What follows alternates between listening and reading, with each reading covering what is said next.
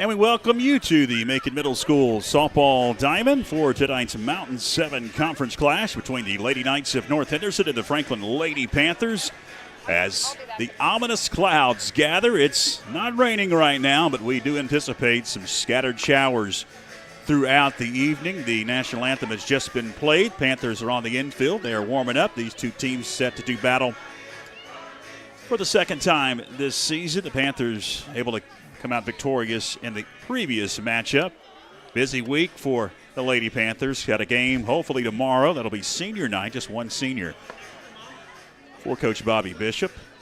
Honor that senior Josie Dehart tomorrow night against Smoky Mountain Mustangs. Tonight is the North Henderson Knights come in at 3-13. Panthers come in after a win on Monday night against Murphy, 3-1. Now 14-5 overall. Lost to Murphy last week in a midweek game, only game last week. One of those strange games, and the Panthers got clipped by the Lady Bulldogs last Wednesday. All right, everybody's getting settled in. We're going to start about 5 minutes early tonight, which is a good thing. If we would have started about 30 minutes early, we would probably already have a couple of innings in. It was a beautiful afternoon, really. After about 3 o'clock, the sun was shining. Now the clouds are starting to gather here as the first offering is outside for ball one. As we get all of our cameras in position, our outfield camera is getting linked up. And we'll have it here in just a moment as the pitch is swung on and missed. We do have a camera up here. The view that you're watching right now is through a very old plexiglass window. That's why it's kind of fuzzy looking. If we had a plexiglass window that was not so foggy, we could have a decent view. That one goes over the head of us here at the press box. 1-2 the count. North Henderson sends Molly Spears to the plate. She's facing a 1-2 count. Susanna Cabe in the circle, looking at her wrist. And she's going to deliver the 1-2 pitch to Molly Spears, and it is an off speed that misses. That runs the count to 2 balls, 2 strikes. Bailey Simpson bats next. She is in the shortstop position for the North Henderson Lady Knights tonight. It is Amber Matlock that will bat third as that one misses and runs the count full, 3-2. Kennedy Drake bats in the cleanup spot. She'll play over at first. Shelby Simpson at third, bats fifth. Audrey Snowden, the pitcher, bats sixth. 3-2 swung on and missed for strike 3. And Susanna Cabe strikes out the first batter that she sees. She is chasing the single season strikeout record, which is 150. They told me before the game, but my mind's getting older by the minute. She's got 136 now on the season. So she's chasing that single season record in strikeouts. That one is in for a strike. She has had a ton of strikeouts this season. Bailey Simpson at the plate. Rounding out the lineup for the Purple Knights, Amelia Dalton bats 7th. Ava Lyda bats 8th. And Alyssa Davis will bat 9th. As that one goes off the glove of Julie Edelheit and takes the count to a ball and a strike. Glad that you're with us on this early start. No JV game. North Henderson doesn't have a JV team, so that's why they started at 5 o'clock. That one is swung on and missed.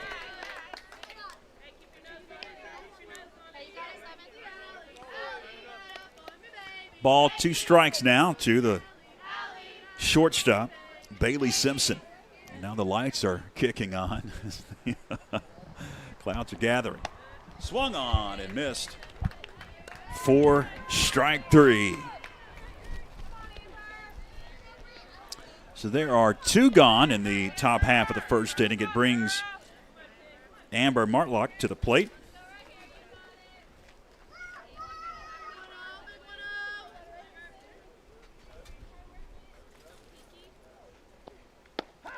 First pitch in there for a strike.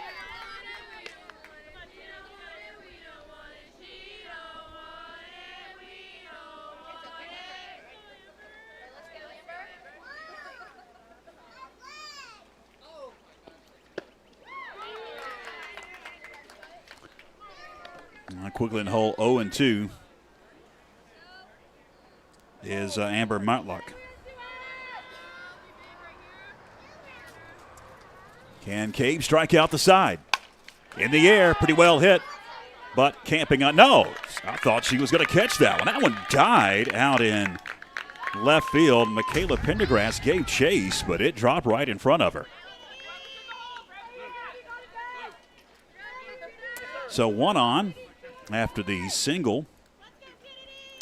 We'll bring Kennedy Drake to the plate. We get a courtesy runner, we will, for the catcher. As Amber Matlock will head to the dugout, and Sadie Young will now run at first for North. Left-handed batting, Kennedy Drake swings and kicks it to the screen. My aunt, his name is Sadie Young. Sadie's making a comeback, the name it is.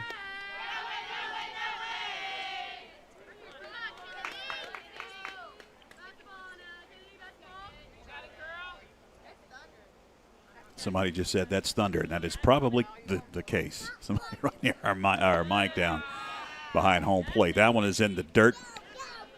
Courtesy runner in Sadie Young will stay put down at first. 1 ball, 1 strike, 2 are gone, 1 on here in the top half of the first inning. Underway here at the Penland Sports Complex. Trying to beat the weather. In the air, left field again. Pendergrass giving chase, and she'll make the play for the final out. After the single by Matlock, Susanna Cabe able to retire the side after 2 strikeouts, and the North Henderson Knights will leave a lone runner. We head to the home half of the first at a scoreless game. Wanting to improve your overall health, functionality, performance, athleticism, or enhance your skills? Let us help you step up your game in your fitness journey by providing you with a personalized workout plan, specialized training, nutrition guidance, and even mentorship opportunities. At Get Right, Stay Right, we offer an unpretentious and results-oriented community that's invested in your goals and success. Located in Franklin, North Carolina, and open for private and group training, Get Right, Stay Right is comprised of 4,000 square feet, offering a fully equipped state-of-the-art weight room, the highest quality half basketball court, 30 yards of training turf, as well as recovery facilities including sauna, ice bath, and Normatec legs and hips. We offer classes ranging from functional weight training for adults only to homeschool PE, athletic speed and strength training for any sport and basketball skills. Get Right, Stay Right is your newest sports and fitness facility serving Franklin and Western North Carolina. Visit our website to learn more and sign up now. Classes have limited space.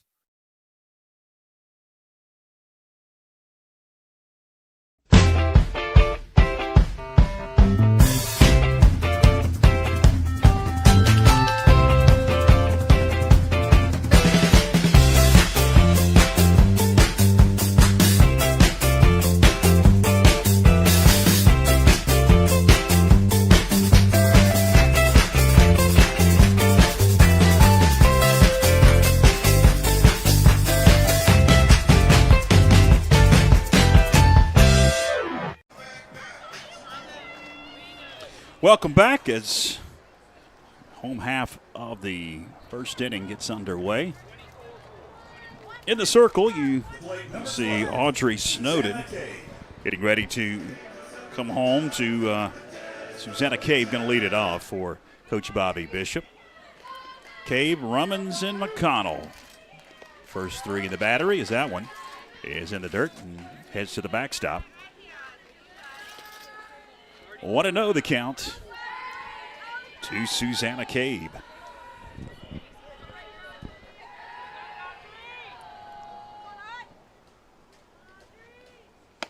That one sails out of the zone. 2-0 around the infield for North Henderson. Shelby Simpson over at third. Bailey Simpson is over at short. Amelia Dalton at second, and Kennedy Drake over at first. Audrey Snowden in the circle, and Amber Matlock is the catcher. That one is sent high and deep to center, but camping under it is Alyssa Davis. And the center fielder will make the play for out number 1. That'll bring Kendall Rummins to the plate.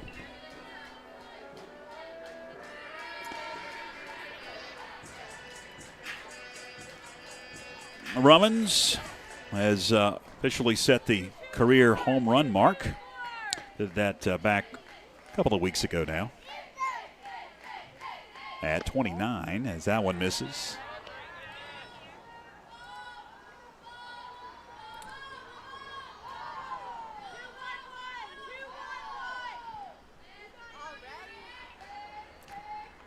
Snowden deals, and that one is low. 2-0.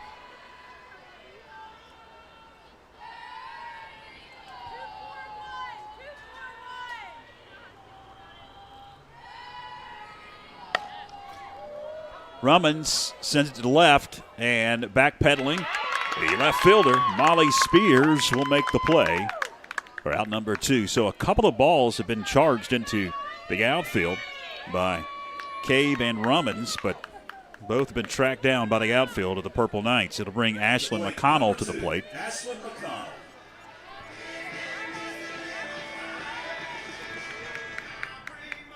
Two gone, nobody on in the bottom half of the first inning. It's Snowden that deals a little bit outside for ball 1.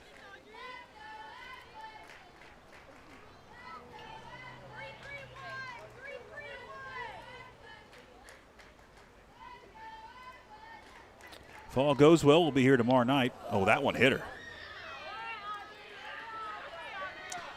That'll be a hit batsman for Snowden. It sends McConnell down to first. So a runner on for the Panthers. That'll bring to the plate Josie Dehart. Batting in the cleanup spot.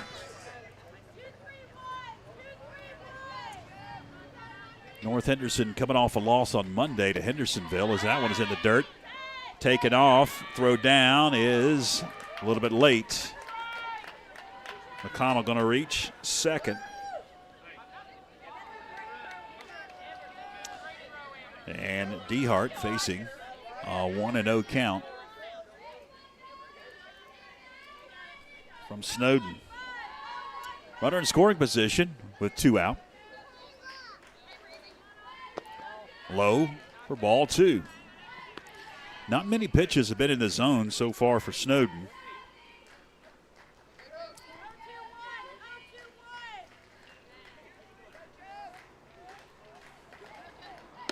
That one's in there.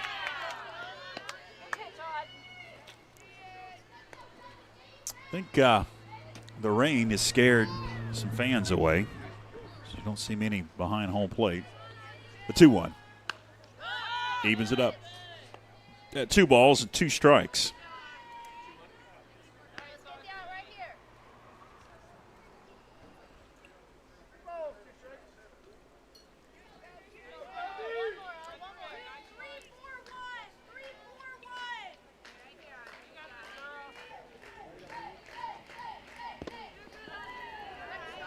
Two, that one misses. Runs it full 3-2.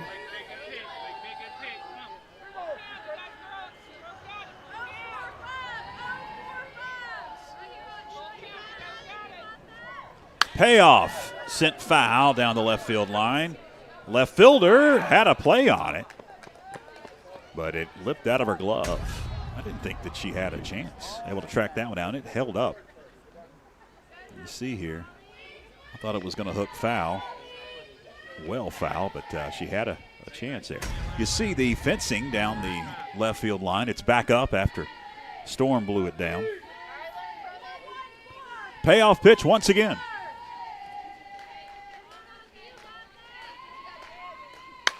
In the air, shallow center field. It might fall, and it does. That'll score a run. As McConnell comes around from first, and that'll be an error on the center fielder. She's almost able to scoop it. Had it in her glove, and then it came out. Layla Malloy now bats. Runner at first, and still 2 out in the inning. Run has come home to score for the Panthers. DeHart sends that one over our heads in the hole. Or check that, Malloy sends it over our heads. In the hole 0-1 is Layla Malloy. DeHart down at first.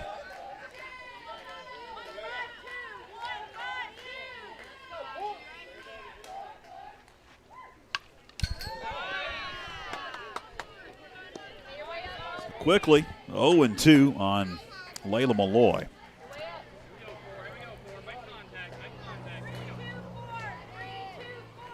No hits in the inning, but hit by a pitch. And you saw the error. Low, ball one.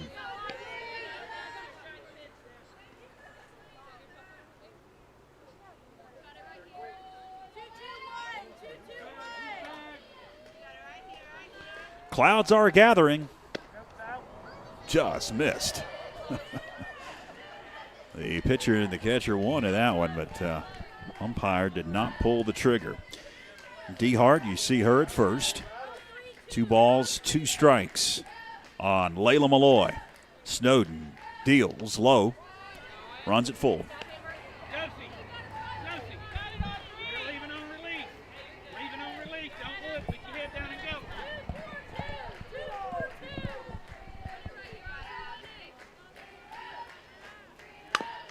Pounded into the dirt, fouls it off.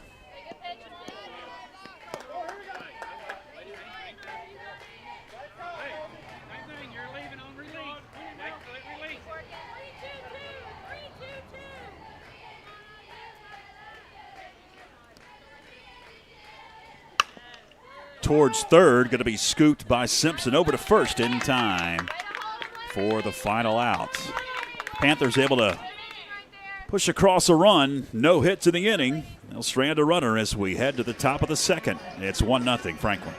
Chris Rummins Construction is a family-owned, licensed building contractor servicing the Franklin, Highlands, and Cashers area, specializing in custom home construction, remodels and additions, as well as custom trim and closet cabinetry. Start your project today with Chris Rummins Construction. At Life Change Christian Counseling, our mission is to change lives through Christ's changeless truth. We provide virtual or in-person counseling, enrichment retreats for individuals and couples, premarital counseling to carry you through life's peaks and valleys, and team building events for your organization, business, or church. Call, email, or scan the QR code to talk with Chaplain Mark Coker to find out how Life Change Christian Counseling can change your life. You know, in the corner. 1-0 Lady Panthers as we head to the top of the second inning. The middle part of the order due up for the North Henderson Knights. Here's a Panthers schedule as we are getting close to the end of it. It's amazing. Season just flies by, it seems, once it gets started. You see North Henderson tonight, and then tomorrow, senior night, it is Smoky Mountain, and then a couple of games on the road next week, TC Robertson, and then a big one. But the Panthers are able to win tonight and tomorrow night against the West Henderson Falcons. Panthers up 1-0. And Simpson going to be at the plate to lead things off for the North Henderson Knights. Shelby Simpson, the third baseman, watches Susanna Cave deal a little bit high for ball one. We have the official forecast from our cameraman in the outfield. He says he smells the rain. So that means it's coming. And I do see some dark clouds gathering just to, there they are, to the left of the ball field.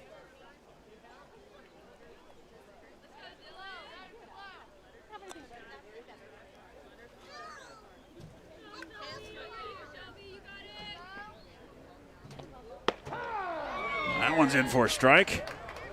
Umpire's got a great strike call. I like it. See if he pulls out the old chainsaw at some point in the ball game. Audrey Snowden on deck. Emily Dalton.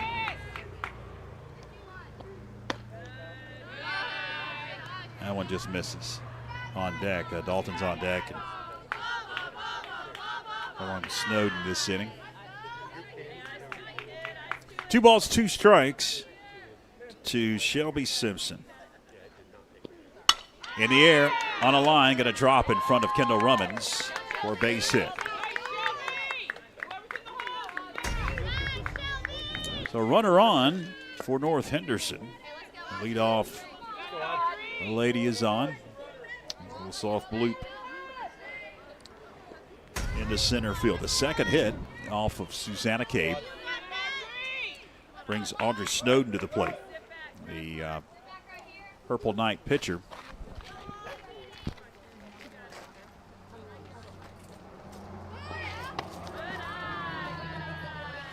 That one misses. Now see, even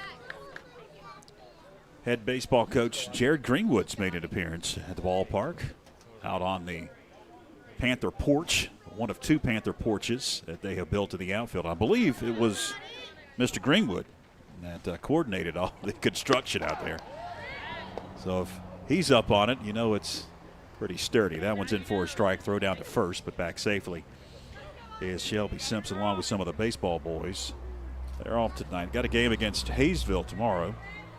One of their games got canceled this week, a non-conference game. They're supposed to play Irwin on Monday, but it was canceled. She offered at it. Ball, 2 strikes. Now some issues. She's going to take second. Will Shelby Simpson.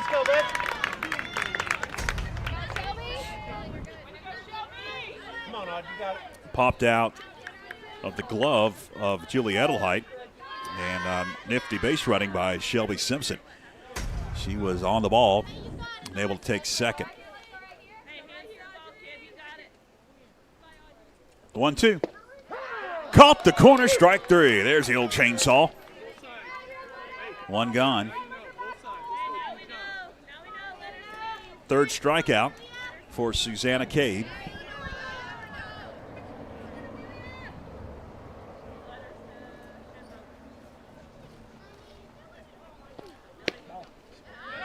That one misses.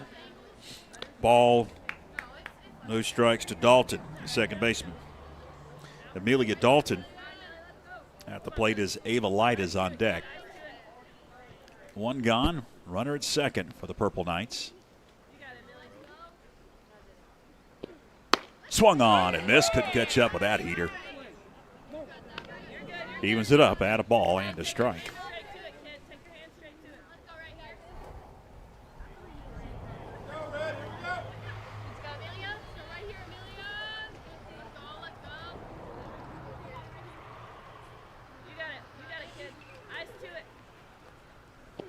Dalton swings and misses in the hole. Ball, 2 strikes now.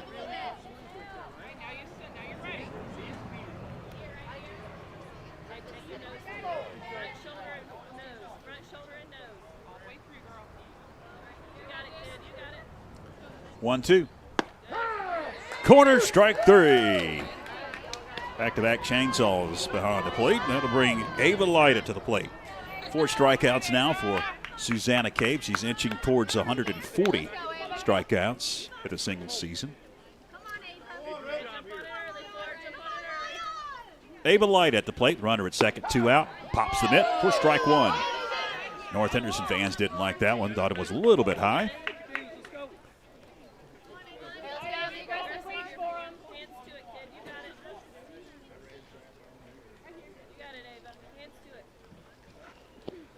Swung on and missed in the hole. 0-2 now is Lyda.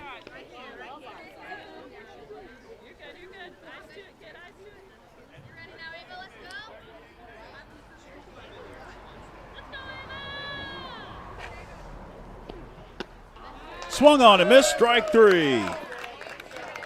5th strikeout for Susanna Cabe, but that's going to put a lid on the top half of the second inning. Purple Knights strand a runner. We head to the home half with the Lady Panthers up 1-0. Join the Franklin Area Chamber of Commerce on a 9-day trip of a lifetime to the United Kingdom. You'll fly direct from Atlanta to London, England for 3 days of exploring. Then it's off to Windsor and Stonehenge with visits to the ancient Roman baths before heading to Cardiff, the capital of Wales, and then over to Edinburgh, This 9-day deluxe tour includes entrance fees into attractions and a shuttle bus to and from the Atlanta airport. Contact Linda at the Chamber at 828-524-3161 to secure your seat on this epic trip.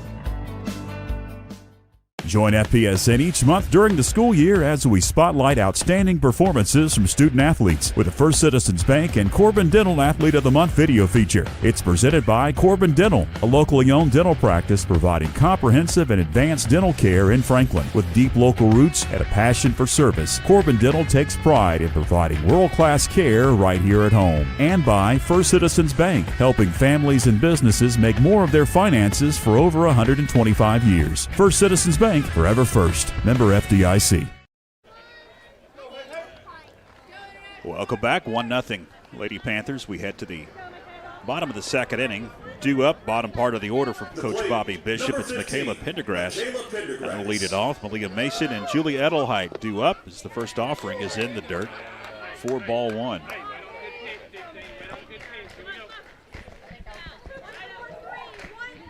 Let's go up.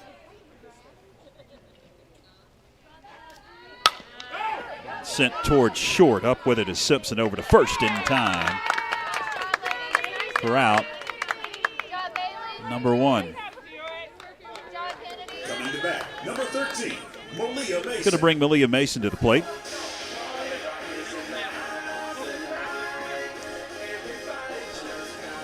Mason, along with Edelheit to bat this inning. Anna Stiles round out the order. We're able to get that far.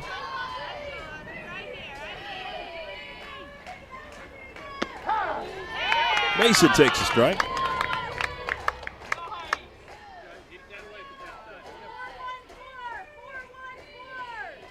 Let's go on. Mason sends that one foul.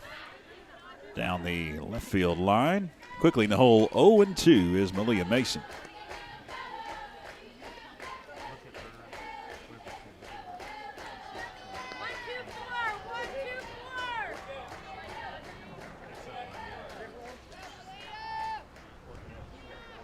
Nobody on, 1 out, bottom half of the second inning. The 0-2, a slow roller, back it goes Snowden. She'll fire to first in time. 1-3 goes Malia Mason, and quickly 2 gone for the Panthers. That'll bring to the plate Julie Edelheit. Number 9, Julie Edelheit. First opportunity at the plate for Julie Edelheit. But a catcher against Snowden. We go on. Let's go, man.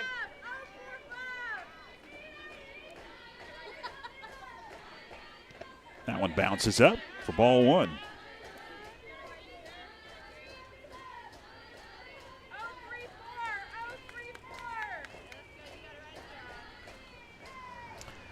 The 1-0 misses high, 2-0.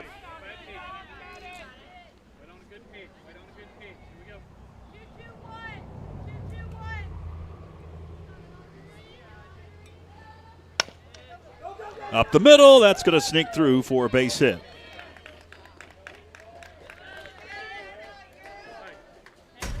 Two-out runner at first now for Anna Stiles. It's the first hit of the ball game off of Snowden with the Panthers.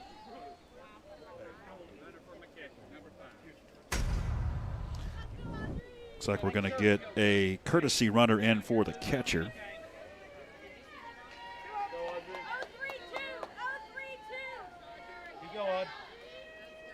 That is Lydia Cabe. Will be running at first. Stiles swings and misses at the first pitch.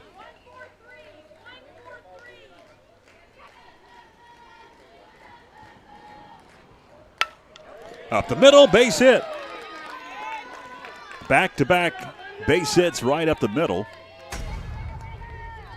2 on with 2 out. Top of the order we go. Plate number 12, Susanna Cade.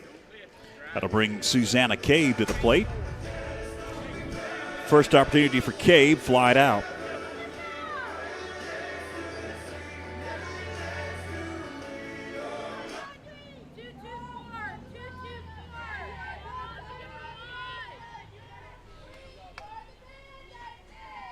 McCabe watches that one sail well out of the zone. 1-0.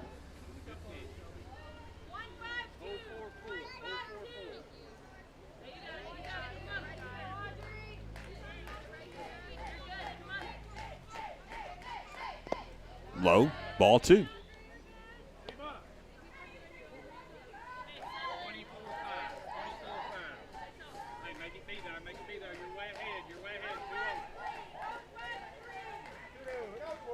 Let's go on. Not giving her much to hit. That one is well outside. Problem is, if you put her on, you've got Kendall Rummins, the career home run leader at Franklin High School. She's on deck. 2 gone, 3-0 the count. In for a strike. Bounces away from the catcher, but not too terribly far. Runners stay put. 3 balls and a strike. You see the ominous clouds there.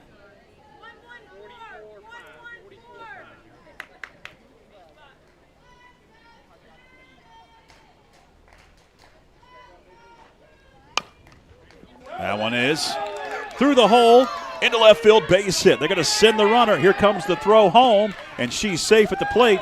Bounces away from the catcher, but the runner's going to stay put at third. So run comes home to score after the single, and it's 2-0, Lady Panthers. That is Number 11, 3 consecutive singles for Panther batters. We're going to get a courtesy runner. Yeah, we are, for the pitcher.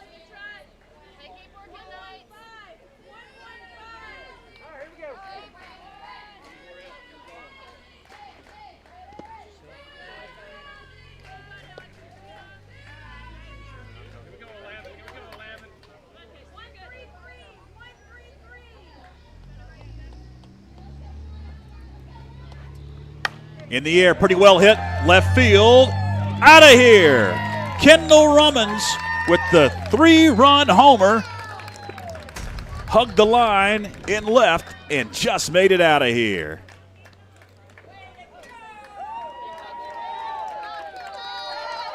There it goes. You see all the baseball boys out there on the Panther porch. 3-run homer for Kendall Rummins. That'll clear the bases. And it's 5-0, Lady Panthers. The plate, number 2, Ashlyn McConnell. Brings Ashlyn McConnell to the plate. McConnell was hit by a pitch, her only time up.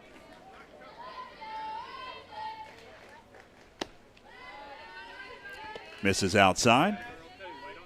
All the damage done with 2 out. After the first 2 batters Snowden faced in Pendergrass and Mason grounded out.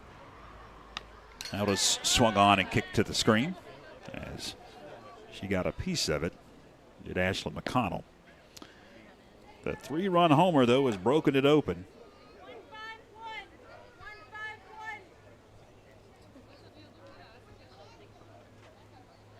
That one misses. 2-1.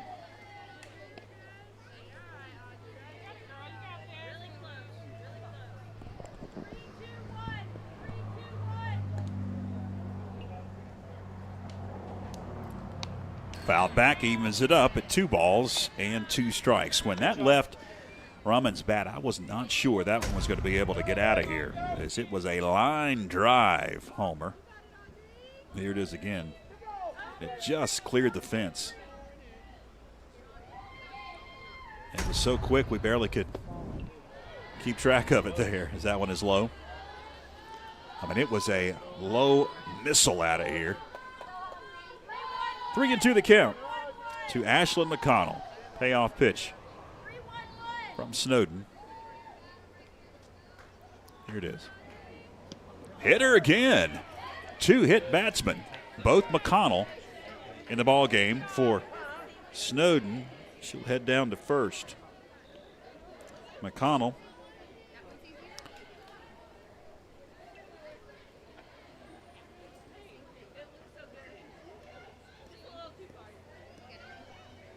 Now some discussion here. What do we got?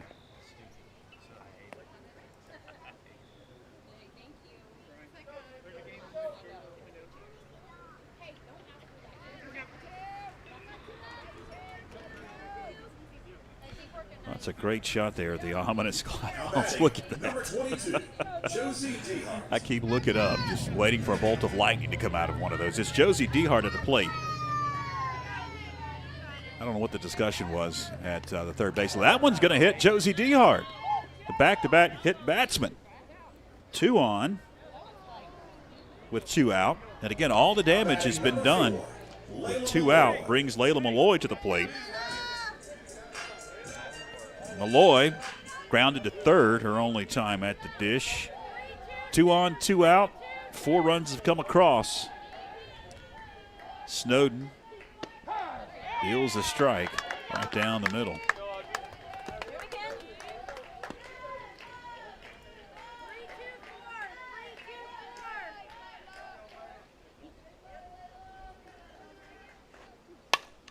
In the air, up the middle, base hit. That'll score 1. Here comes a throw. It's going to be cut off by the catcher, and that'll keep the runners at first and second.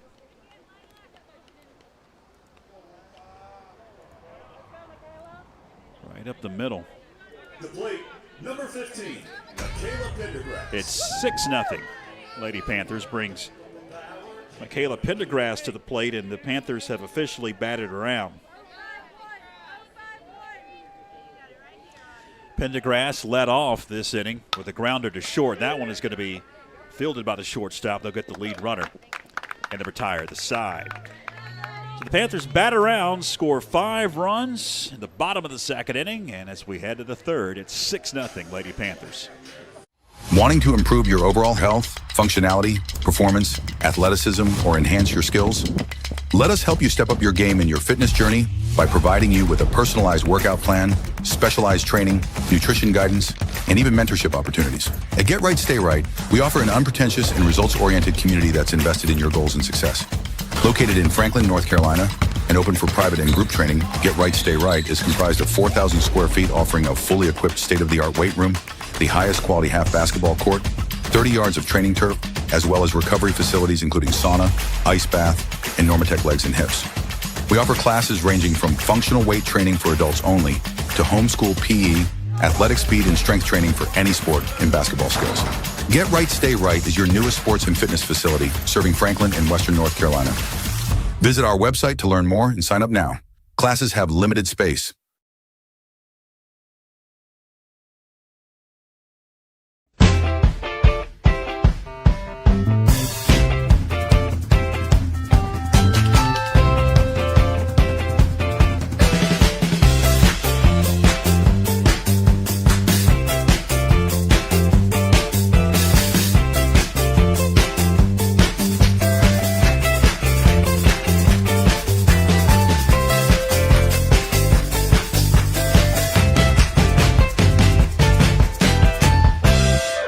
Chris Rummans Construction is a family-owned, licensed building contractor servicing the Franklin, Highlands, and Cashers area, specializing in custom home construction, remodels, and additions, as well as custom trim and closet cabinetry. Start your project today with Chris Rummans Construction. At Life Change Christian Counseling, our mission is to change lives through Christ's changeless truth. We provide virtual or in-person counseling, enrichment retreats for individuals and couples, premarital counseling to carry you through life's peaks and valleys, and team building events for your organization, business, or church. Call, email, or scan the QR code to talk with Chaplain Mark Coker to find out how Life Change Christian Counseling can change your life.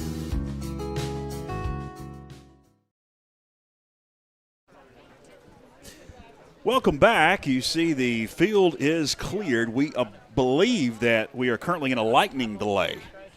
As I saw Lynette Gibson go out and talk to the officials and everybody cleared the field. I see North Henderson now leaving their dugout. So they may be taking them down to the field. We have a correspondent of the Franklin Panther Sports Network that is busily, is that a word? I just made it up, trying to figure out what's going on. Hopefully we will find out here shortly. It appears that is exactly what is going on. There are some very dark clouds. There they are. And we do see on the radar some yellow and reds towards the west. As you're looking there, you can see clouds towards, it's really the northwest that you're looking here at Macon Middle School. 6-0 is the scores. We are about to begin the top half of the third inning. Yeah, you see the dark clouds there with that shot from our center field cam. Still waiting for our correspondent to come back. I think she got distracted. I think they've got pizza down in the batting cage, maybe where she had it. All right, well, let's see what's going on. We'll take a break here. Philip, our executive producer, we'll take a break, quick one. I'll see if I can go down and figure out what's happening. We'll be back here in just a few moments. At Life Change Christian Counseling, our mission is to change lives through Christ's changeless truth. We provide virtual or in-person counseling, enrichment retreats for individuals and couples, premarital counseling to carry you through life's peaks and valleys, and team-building events for your organization, business, or church. Call, email, or scan the QR code to talk with Chaplain Mark Coker to find out how Life Change Christian Counseling can change your life.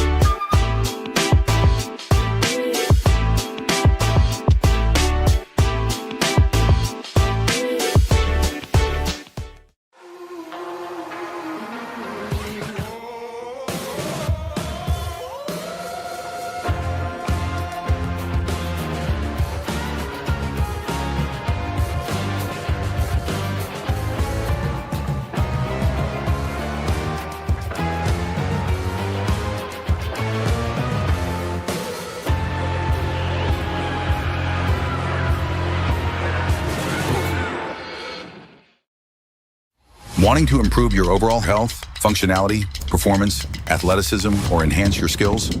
Let us help you step up your game in your fitness journey by providing you with a personalized workout plan, specialized training, nutrition guidance, and even mentorship opportunities. At Get Right, Stay Right, we offer an unpretentious and results-oriented community that's invested in your goals and success.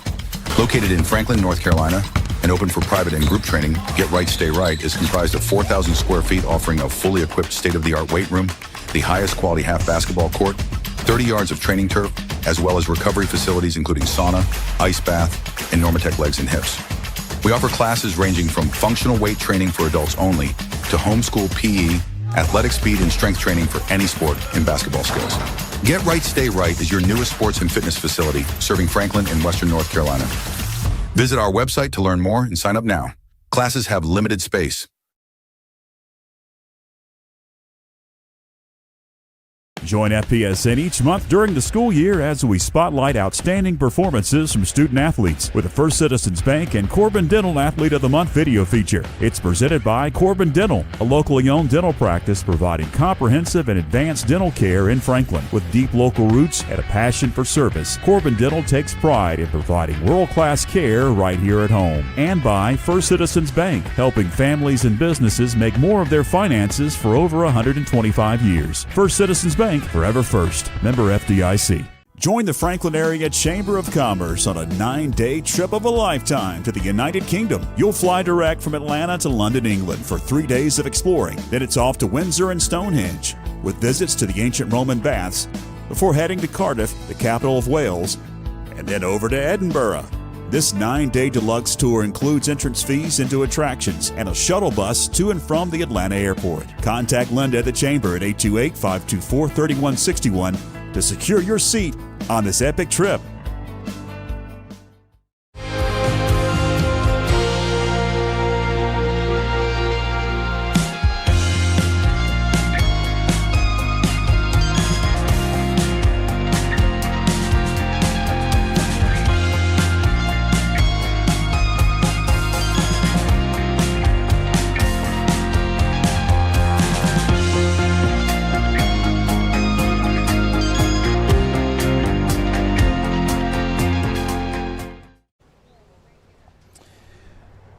right, 6-0 as we have officially gone into a lightning delay here at Macon Middle School. And every time there is a lightning strike, that clock does reset. And there was just one when I was talking to Lynette Gibson a while ago. And looking at the radar, you see the tarp going onto the field. And they're going to make sure that if it does start raining here, that it doesn't get too terribly bad. I'm looking at the radar here. And there is a cell to the north of us here, but I don't know if that's going to reach this area or not. 6-0 is your score. If you just joined us, the Panthers blew things open in the bottom half of the second inning, all with 2 out, as 5 runs came across. The big blow, a 3-run homer by Kendall Rummins, as she adds to her career total home runs. And Panthers able to scratch across a run in the first inning. So it's 6-0. Not an official game. We're just in the third inning, or haven't even started the third inning. Top of the third, they called the lightning delay before the teams did take the field. So we have not even completed 1 out in the top of the third inning. So this is not an official game. They're going to try to get this one in as much as they can, and obviously it's just 5:40, so we've got some time here as the ominous clouds you see on that shot continue to roll in. Panthers have a busy week. We ran through the schedule, and so do the North Henderson Knights. You see the Panthers schedule. North Henderson played on Monday night against Hendersonville. They have a couple of more games, Pisgah and Rosman, to round out the year. You see the Panthers schedule there. A couple of games next week on the road, TC Robertson and then West Henderson. Tomorrow, that game against Smoky Mountain supposed to be senior night. Just one senior in Josie Dehart for Coach Bobby Bishop. They'll be honoring her and also be honoring the FHS Athlete of the Month tomorrow night if we can get that one in. But the weather does not look good the rest of the week. We've got showers and storms pretty much a guarantee throughout the rest of the week. Here's the conference standings, the softball standings through last night. Somehow Tuscola and East Henderson played a ball game last night. Final was 23-1.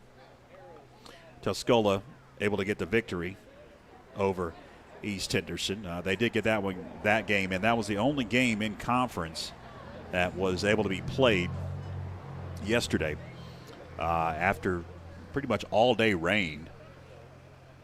It broke about 5 o'clock. I had people texting me, why don't we just move the ball game back? Can't always predict the weather. And I don't know how the field could have been flooded.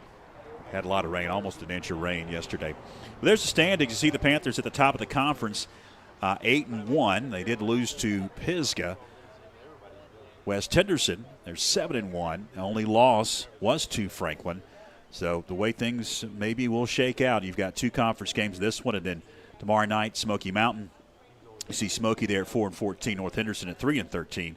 Very similar records, but, you know, this season you can really throw out the records. Franklin took on a Murphy team that they should have just taken to the woodshed, but they were very close ball games, both of them. Franklin lost last Wednesday, and then it was a close game heading to the bottom of the 7th. Panthers late in that ball game able to go ahead and win, but can always throw the records out, especially in a rival game like you'll have tomorrow night against Smoky Mountain. Here's our broadcast schedule. Coming up to round out the month of April and then into May, you see lone baseball game next Thursday. That'll be senior night, East Henderson, and then the state softball playoffs and baseball playoffs will start on May 6th. Right now, it looks like Franklin will be hosting a playoff game, depending on how things shake out. Nothing's guaranteed, but at this point, that's why we have that on the schedule on May the 6th. Well, 6-0 is our score as we are in a lightning delay.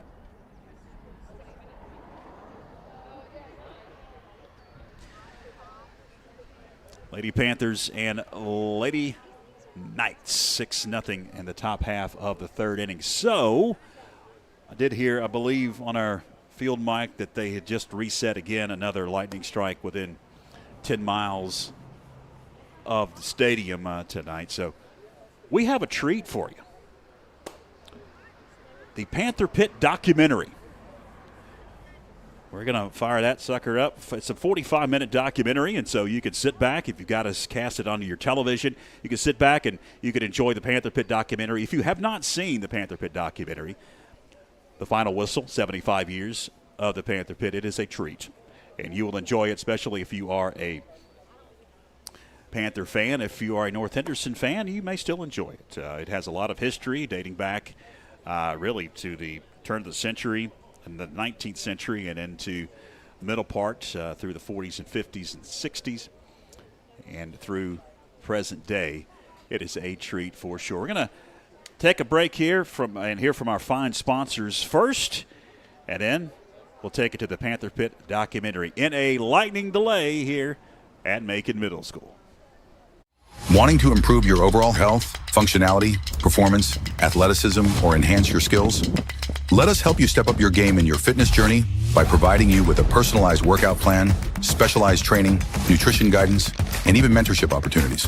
At Get Right, Stay Right, we offer an unpretentious and results-oriented community that's invested in your goals and success. Located in Franklin, North Carolina, and open for private and group training, Get Right, Stay Right is comprised of 4,000 square feet, offering a fully equipped state-of-the-art weight room, the highest quality half basketball court, 30 yards of training turf, as well as recovery facilities including sauna, ice bath, and Normatec legs and hips. We offer classes ranging from functional weight training for adults only to homeschool PE, athletic speed and strength training for any sport and basketball skills. Get Right, Stay Right is your newest sports and fitness facility serving Franklin and Western North Carolina. Visit our website to learn more and sign up now. Classes have limited space.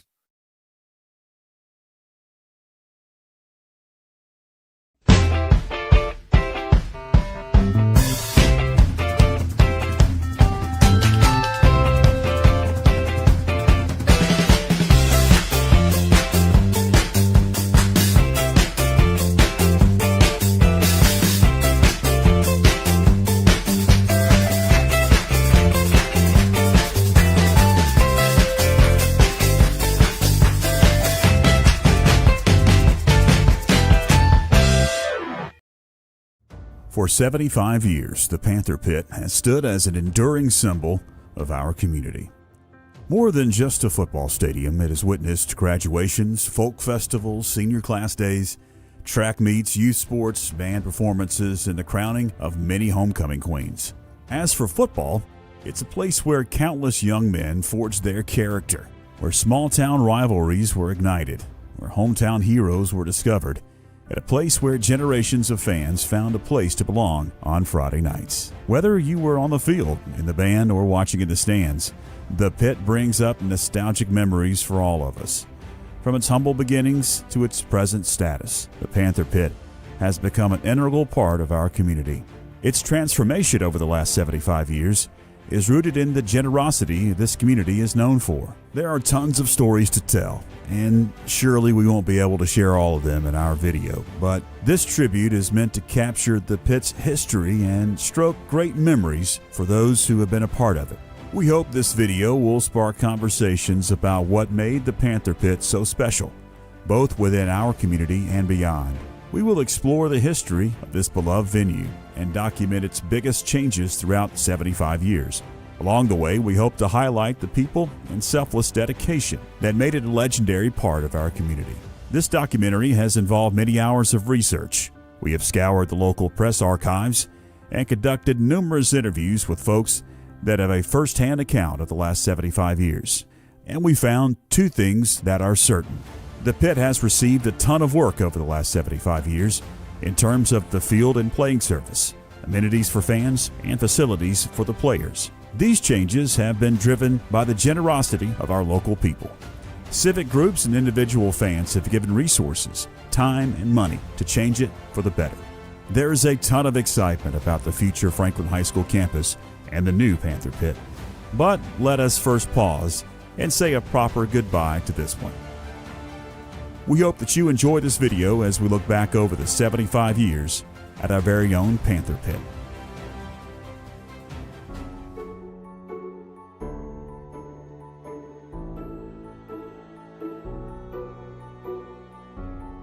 Today's players and fans pull up to the Panther Pit and see a lush green Bermuda surface that many say is the best in Western North Carolina.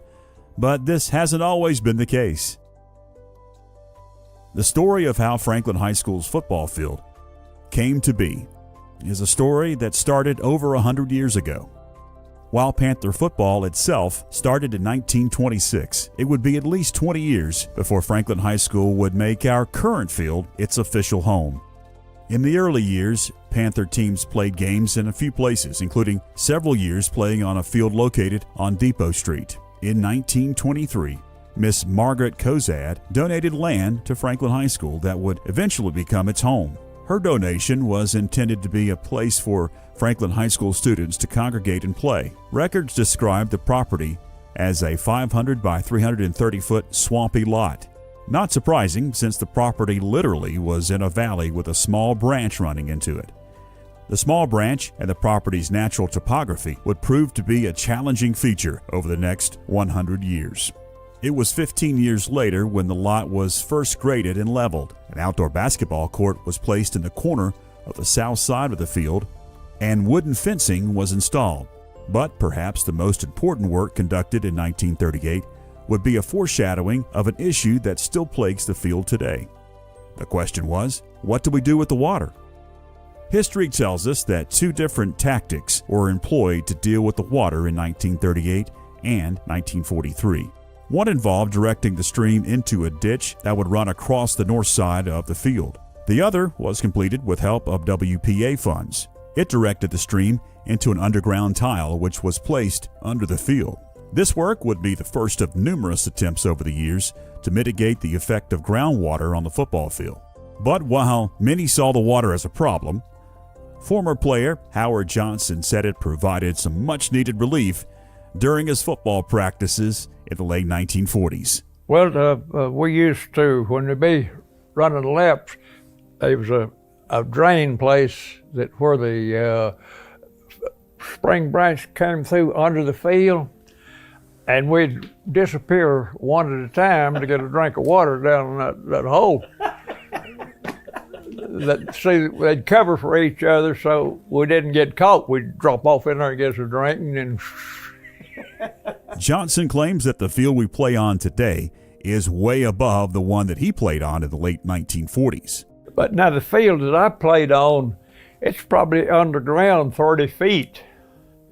They kept filling in, and filling in. Yeah, but it's in the same place that it is now. It's same field, yeah. And he would be right. While it is hard to know exactly how many times fill was brought in to raise the field, we do know it happened multiple times. If the water native to the property wasn't enough, the September and October rains only made it worse. Various editions of the 1952 Franklin Press mention how a wet field with poor drainage made a mess of a playing surface. In September of that year, J.P. Brady wrote that 2,000 fans braved the rain, muck, and mire to watch the Panthers host Clayton. In his editorial column, he stated our local boys might as well be playing in diving suits rather than uniforms. Coincidentally, the Lions Club started a project that same year. One of the main focuses was aimed at dealing with the condition of the football field during the rainy season, citing the need for better drainage of surface water. The plan called for new grading that would promote better drainage. Project leaders Harley Stewart, Charlie Sutton, and Harold Enlow led the charge to bring in dirt, reseed, and fertilize the field. Just a few years later, in 1956, the VFW donated another $1,000 to regrade the playing surface with more fill dirt in addition to plugging new grass with fertilizer. While the 1960s didn't see any significant changes to the field, it did provide perhaps the most historic change in the 75-year history of the pit. The field was widely criticized as one of the worst surfaces to play on in Western North Carolina. Over the years, many organizations and citizens had donated money, equipment, and time to seed, sod, and fertilize the hard-packed surface. But by early in the football season, what grass that managed to live through the summer in the hard-packed red clay had been beaten down. The field, for all intents and purposes, was usually bare. Between the groundwater issues and heavy rains of the fall, many Friday nights involved muck and mud. Quite frankly, when the ground was dry, it was hard. Harder than most places. This was despite the many efforts over the years to bring in fill dirt when resodding or seeding. These conditions, along with the natural way the field sat below the surrounding topography, led many folks in western North Carolina to nickname Franklin's football field as the Gravel Pit, the Rock Pit, Astro Dirt, or the Dust Bowl. Some area coaches would threaten not to bring their kids to play on a surface that was as poor as the one at Franklin High School. At least 2 western North Carolina football coaches had publicly stated they wouldn't allow their teams to play in Franklin again until something was done about the field, citing the lack of grass, rocky red clay, and the lack of facilities as a reason. Franklin's football facilities were getting a bad name. Speaking of a name, the Panther Pit. Ever wonder where that came from? You would be wrong to think that the name is as old as the stadium itself. The first credited reference of the name the Panther Pit took place in the late 1960s in an interesting story. Turns out it was a player who first referred to it this way. Former coach Joe Hall gives credit squarely to one man, Keith Corbin. Keith was a multi-sport athlete in the late 1960s at Franklin High School. A member of the football team, he often heard and read about opposing coaches complaining about having to bring their teams to Franklin's tough turf. Corbin, a leader of his squad, rallied his team and said, "That's right, boys. The fact is, they don't want to play us in the Panther Pit." The name stuck, and through the early 1970s, it was being referred to more and more as the Pit or the Panther Pit. The first evidence of this in the stadium was a small sign placed under the scoreboard in the west end zone. And now for 50-plus years, it is what Panther fans and foes have called this place. Bill Dyer first arrived as head coach at Franklin High School in 1974, but his first impressions of Franklin were shaped when he was a student at Mars Hill College, traveling back and forth to his home in Georgia. He recalls the first memory of the place he would eventually settle and live his life.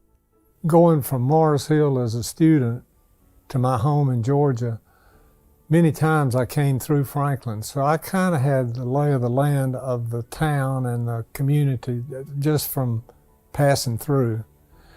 And I would drive by Franklin High School, and the sign out front with the Panther on it kind of caught my attention, and I thought, somebody cares. That's a pretty neat sign, and they must care about their athletics. One of his assistants at the time had a similar feeling when he first got to town. David Morgan arrived in 1973 and quickly learned that this town had exactly the feel he was looking for. I graduated from Mars Hill College, and when I came here to Franklin, coming down the roads, they got smaller and smaller, and I thought I was going to end up riding off the end of the earth. But come and pull it into Franklin, the people here were exactly like Mars Hill was. I could have lived the rest of my life at Mars Hill. They were so friendly, the teachers and atmosphere of everything. Franklin was the same way. I fell in love with Franklin the first few hours I was here. The people I met, they were so nice. And coming in, and as far as athletics, we weren't the top in our stadium, in our field, in our track especially. Like I told you, track hadn't even been started as a program at Franklin High School in '73. We did our training around the football field and had a little path, which is about 2 feet wide. We had to hand dig our jumping pits for long jump and triple jump. No way to pole vault, nothing around to pole vault in. We had to practice our hurdles up behind the stadium on a little bit of asphalt, or either go up on the road right in front of the gymnasium and run our hurdles, because that was the only flat surface we had to measure them off, and not on the grass. So things like that. Our football field, we had the old-timey goalpost with one stem in the middle, and you go out and then go straight up. Dyer knew that he would have a lot of work to do with his football program and its facilities. There wasn't a ton of money or a crew devoted to field maintenance at the time. It pretty much fell on the shoulders of the rookie head coach. Luckily, he made quick friends with a man more willing to help. One of the first friends I made, and I think he was on the school board at that time, was Jerry Sutton. And Jerry and I had lots of conversations about the field. And he had aspirations of improving the surface and all. And I guess it was the next, after that first season, I think I'm right, Jerry used all his farm equipment and they came in and dumped a bunch of topsoil. And I say topsoil, it was basically sand. And what we didn't know at the time, and they cut that sand in trying to break the clay up, was the thinking. But the sand had some type of exotic weed in it. and that spring I looked out there and I thought, that ain't grass. Former Associate Superintendent Gene Young had the same recollection about the playing surface and the challenges it presented. The field itself was always rough. We didn't pay that much attention to it because we didn't know any better. We didn't know people had other better fields. It was rough and it was also wet. Up where the student parking lot was basically a cow pasture with the creek coming down. And they finally put the creek in a pipe that probably wasn't big enough because it never did handle the water correctly. But it wasn't student parking and it wasn't used much for anything. There was a house right above it. Billy, I don't know whether you remember the house or not, but John Swan lived in it. It was about 30 yards, that would be west of where the steps come down now at the main entrance. There was a house there, and John Swan lived in it, and he was a good football player. He played, and he was a good basketball player. At the front of the campus, on one side where the road goes down now, the superintendent's office was there at that time. On the other side was the Tom Thumb restaurant. Later in 1982, a joint effort of concerned citizens and athletic personnel embarked on yet another project that would address the field. Attention was given to the visitor side of the field, which historically stayed a mess from water runoff. Proper drainage and grading were installed to make it safer and more fan-friendly. The project also involved yet another field dirt project, topped with the sowing of modern, tougher turf. A sprinkler system was also installed to keep the grass watered and lush during the hotter and drier months of the year. In 1984, local officials gave the go-ahead in what would prove to be the biggest change to the Panther Pit's appearance. A 6-lane running track was approved that would allow the Panthers' track teams to practice and hold events, plus give the public a nice, comfortable place to walk or run in the evenings. The track, while a great addition, did include one heartache.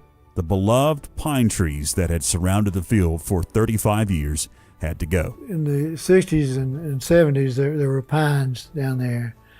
And when you kicked an extra point, it would go over there and somebody'd have to go get it. So they took all of that out and tried to get the track in there. The track had to be forced in. There was never enough room.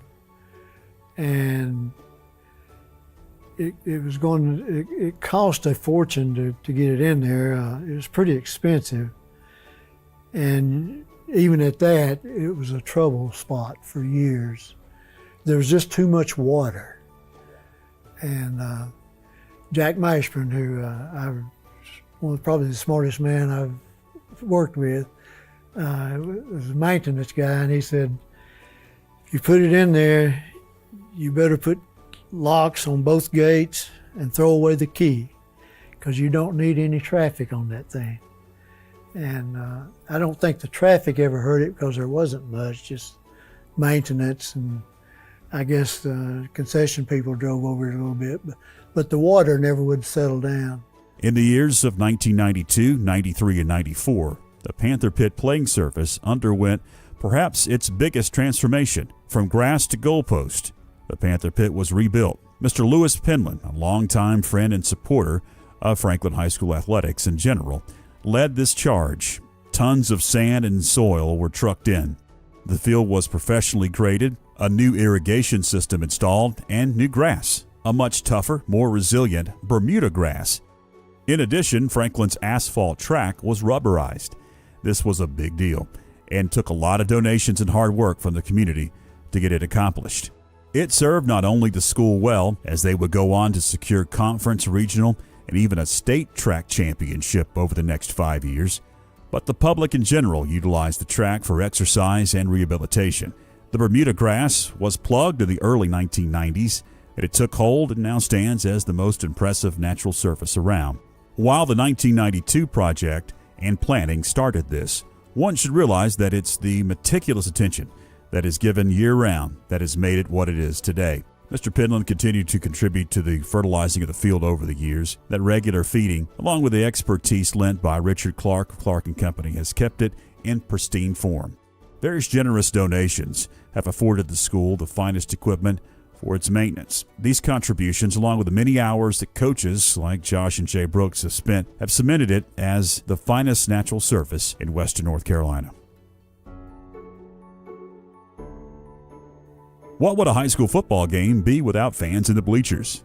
Can you imagine a time when the Panther Pit had none? The September 1948 edition of the Franklin Press has a front-page article about the decision of local leaders to build a first-class athletic field on the campus of Franklin High School. Lighting installed in 1946 had allowed various sports and activities to take place on the field for years. But this group wanted what they had referred to as a concrete stadium that would be a permanent facility for their football program. On the eve of Monday, August 30th, 1948, a meeting was held at the agricultural building on the campus of Franklin High School.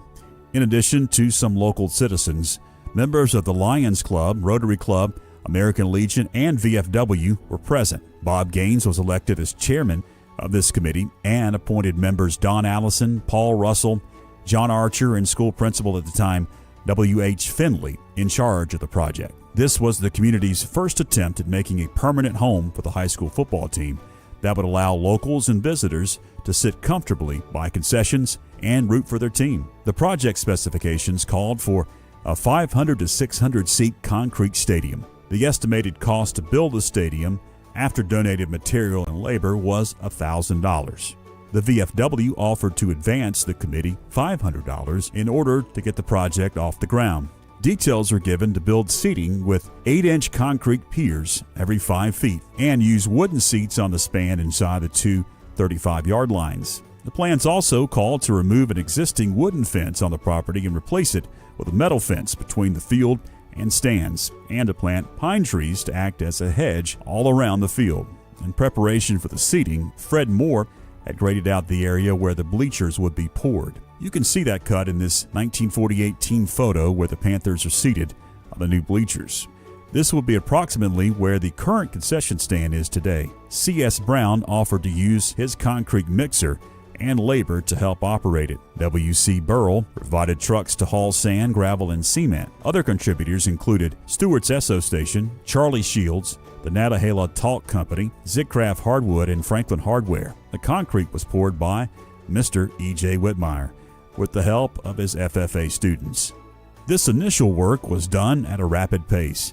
Hopes were that the Panther faithful would see some of these improvements as they prepared to host Andrews on September 17, 1948. In an article of the Franklin Press that month, they pointed out that the committee members agreed that additional funds would need to be raised as more improvements will be made in the future.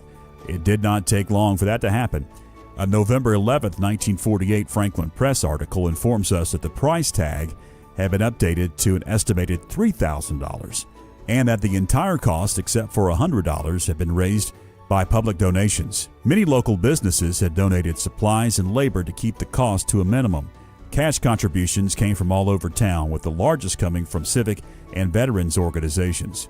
The Lions Club, Chamber of Commerce, and VFW all donated proceeds from their recent benefit air show conducted at the Macon County Airfield on September 19th. Countless citizens and businesses donated anywhere between $2 and $25. Excitement about football was taking hold in Franklin, North Carolina. In early November of 1948, a meeting of athletic and school officials, citizens, and all boys in the high school was called by then Superintendent of Macon County Schools, Mr. G.L. Houck.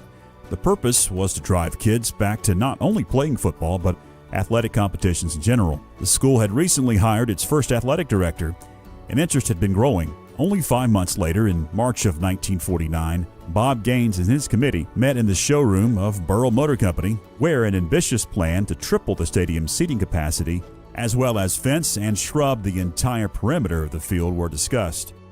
The Franklin High School Stadium officially was dedicated on October 21, 1949.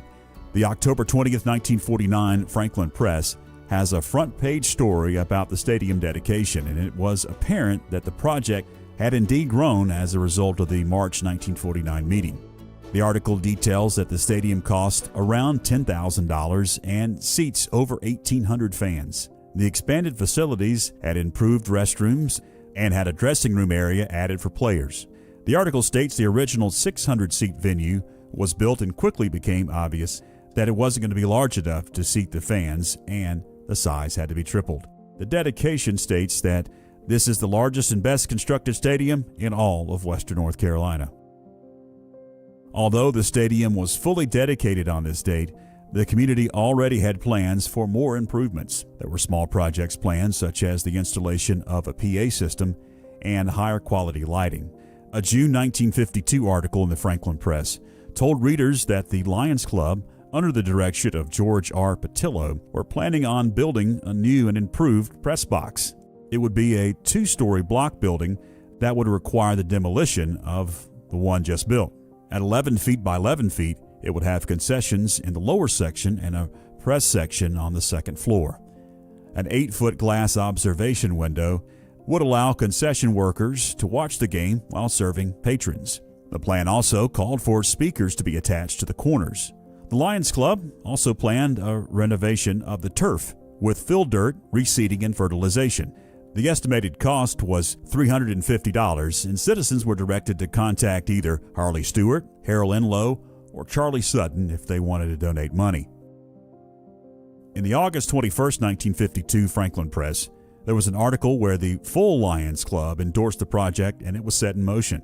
It was a success and raised twice the amount needed, and it was all spent on a nice 2-story structure at the improving stadium. In the September 25, 1952 edition of the Franklin Press, J.P. Brady talks about the 2,000 fans that braved the rain to watch the home Panthers beat Clayton. Brady was also excited about 2 more projects started for the improvement of the football field. The Lions Club, fresh off building a new press box, were eyeing a plan to provide bleachers to the visitor side of the stadium. And Dr. Furman Angel, a huge Franklin football fan, backed the move to bring the first electronic scoreboard to the stadium. Dr. Angel raised the money to buy the scoreboard with the help of many local citizens. The scoreboard cost $1,267 and was state-of-the-art for that era. Contributors to the scoreboard were Dr. Furman Angel, Lake Shope, Kate McGee, John M. Archer, E.W. Renshaw, Harley Stewart, Parker Norton, Marie Rogers, Dr. Ben P. Grant, Grace White Allen, Norman Blaine, and W.N. Sloan. And Franklin opened its 1953 season hosting Andrews with a new press box and electric scoreboard on full display. With some minor adjustments to seating and landscaping in 1956, Franklin had a stadium that would accommodate fans for many decades to come. It concluded a remarkable 8-year transformation of a swampy lot donated in 1923 to a solid venue for high school football. Articles in the press routinely talk of crowds in excess of 2,000 or 3,000 at ball games, and the field also became a gathering place for locals. Each year, Franklin held a folk festival that featured arts, crafts, and music, and this continued for many years to come at the stadium.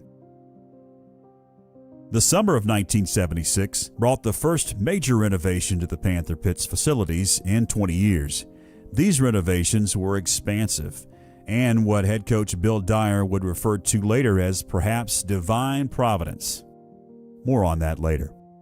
The Panther Pit was far behind in terms of amenities for spectators, and it simply did not meet state standards to host playoff games. When I first saw the football stadium, the Panther Pit, I was shocked because that was not my previous experience in other schools, at how low the stands, home side stands were and how far back they were from the field. And I thought, it's kind of hard to get people to engage and be enthusiastic about what's going on the field when you're that remote. It was run down. It needed a lot of work. As a new head coach, Dyer had adopted a stadium that needed renovation. He was happy to see that local people cared and were willing to act. The Booster Club used to meet in the football stadium I guess during football season, and I was invited to come, and again, Jerry Sutton was very involved with that. But I think whoever called the meetings is kind of a nice move to bring people right there in the stadium, and so the people that you knew cared and supported, to bring them into that stadium and have a meeting. I mean, what better testimony can you give? And even the first year I was here and the Booster Club was meeting there, one of the topic of conversations is we got to do something about the stadium. Dyer was quick to point out the leadership and manual work that his longtime friend Jerry Sutton lent to the football program during those years. You've got to have community leadership. I mean, you can have people with the best intentions, but somebody's got to step out. Dyer also fondly recalls the service from a man who many consider the biggest Panther fan of all time. Tommy, he and I we re-roofed my house in town and replaced some windows and stuff. But when it came time for us, and we've been in the house we're in now for 25 years, Tommy had retired from house building and was doing staircases in Highlands and Cashers. And I called him up, called his son first, and then I called him. I said, Tommy, I want to build a house. Will you do it? There's a big old long pause. I guess so. Tommy Roden, for decades, helped athletic programs at Franklin High School, and he was a huge part of the 1976 project. He led the charge in constructing so many of the structures that served Panther fans for years. While many knew him as a fan who attended every game he could, many might not know how much he did to help. Tommy built a lot of stuff. We recognized him one night when I was principal over there, and I wish we had done more for Tommy. Tommy did a lot of things, and I wish he could be sitting right here instead of me. The summer of 1976 stadium renovation created a lot of excitement and involved many people. Up until this time, the visiting team's bleachers were limited and, quite frankly, dangerous. Once removed, Macon County Rec Park officials actually moved their bleachers into the area each week to provide adequate and safe seating. In addition, permanent concession stand and visitors' restrooms were added. On the home side, the concession stand was totally redone and restrooms were added for the general public. At that time, Tommy Roten took the old restroom and created a coach's office that would include a private place for coaches and game officials to change and to shower. With the renovations, Tommy Roten, they had redone the bathrooms and the press box and everything. And Jerry Sutton and I went, I don't know where he found it or how he found it, but he and I went to Andrews, and the glass that's on the front of the press box, we hauled back in his truck to Franklin for them to put those, and that glass weighed a ton. I don't know where it came from or anything, probably military surplus.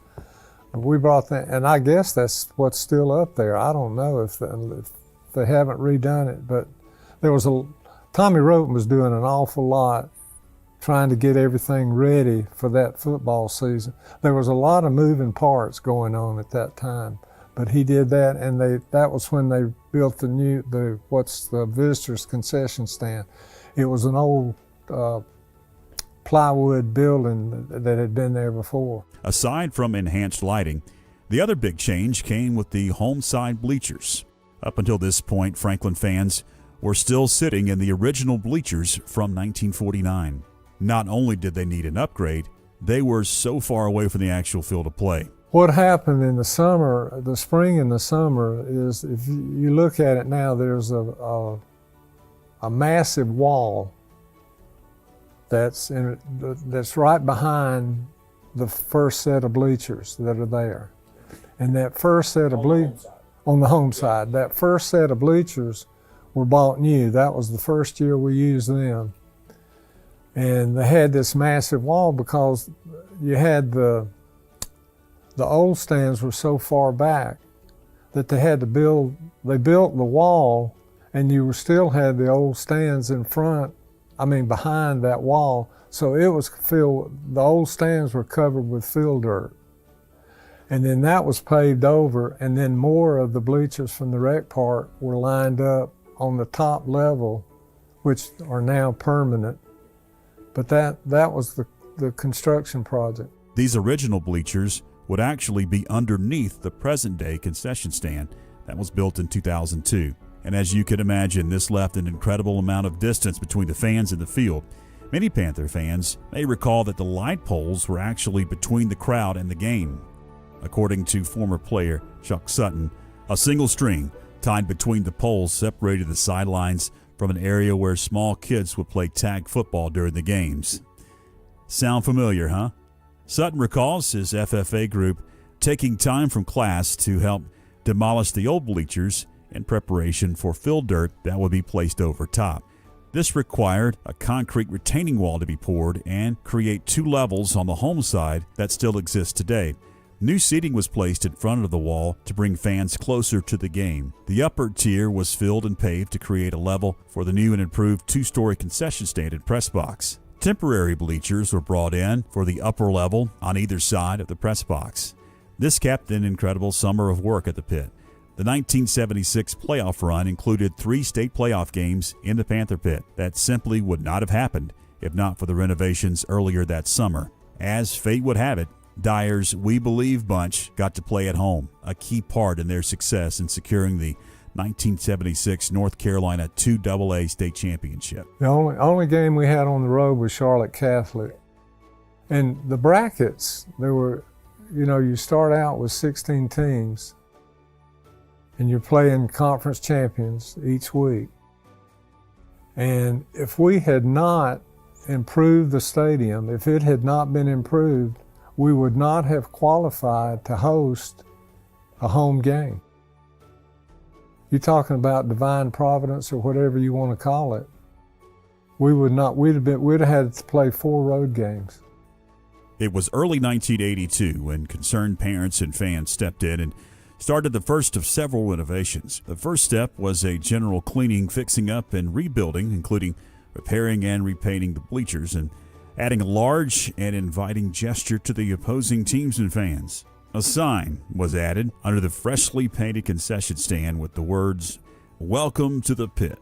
A year later, in 1983, $10,500 in privately raised funds allowed the Booster Club to add some new bleachers, new pavement, new lighting, and improved landscaping.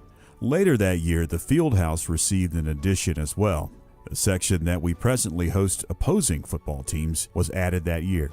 It was intended to be multi-purpose, including a place where wrestling teams could practice. Boosters also made a significant improvement in terms of comfort. They spent $5,000 on renovating the coaches' offices.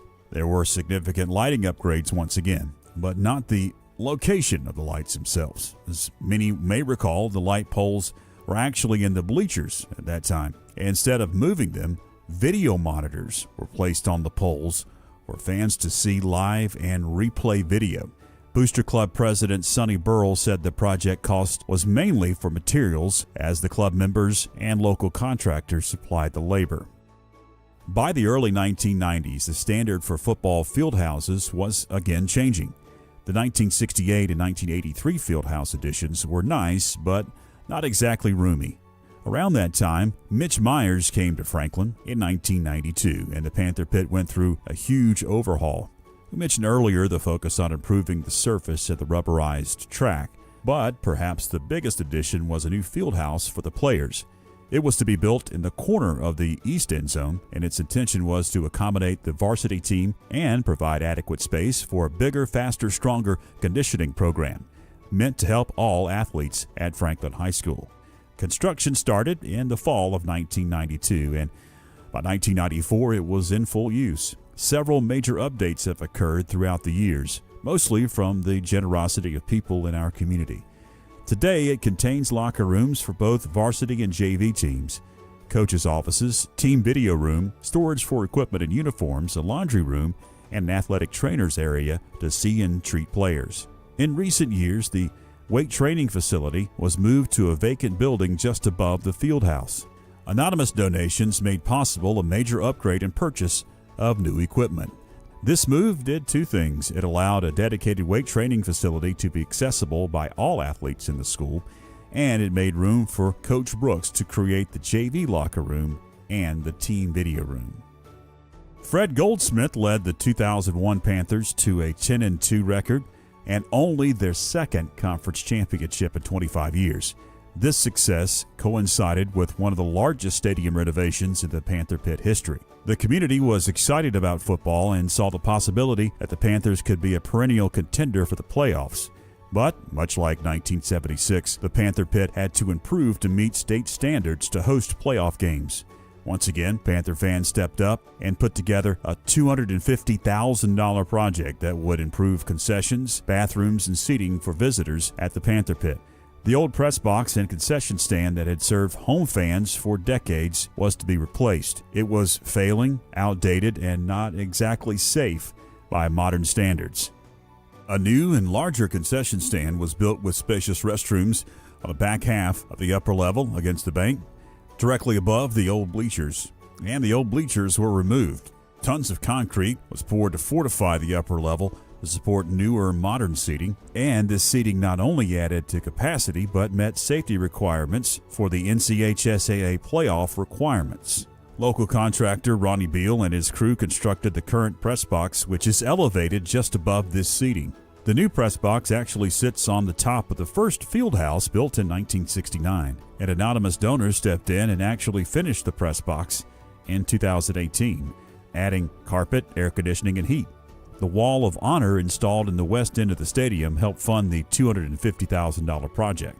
Coach Brooks is quick to point out folks like Kevin Watson, Joe Sanders, and Richard Clark on specific projects that have benefited the Panther Pit over the last 25 years. There are countless others to mention here, including anonymous donors, but Brooks is quick to point out that the generosity of our community is unmatched and what makes Franklin so special to him. Since he took over the program in 2006, he has created a new, larger scoreboard in the east end zone. The three previous scoreboards were all in the west end zone. Concrete and asphalt have been installed in places that help Panther fans access and enjoy the pit and their hometown team.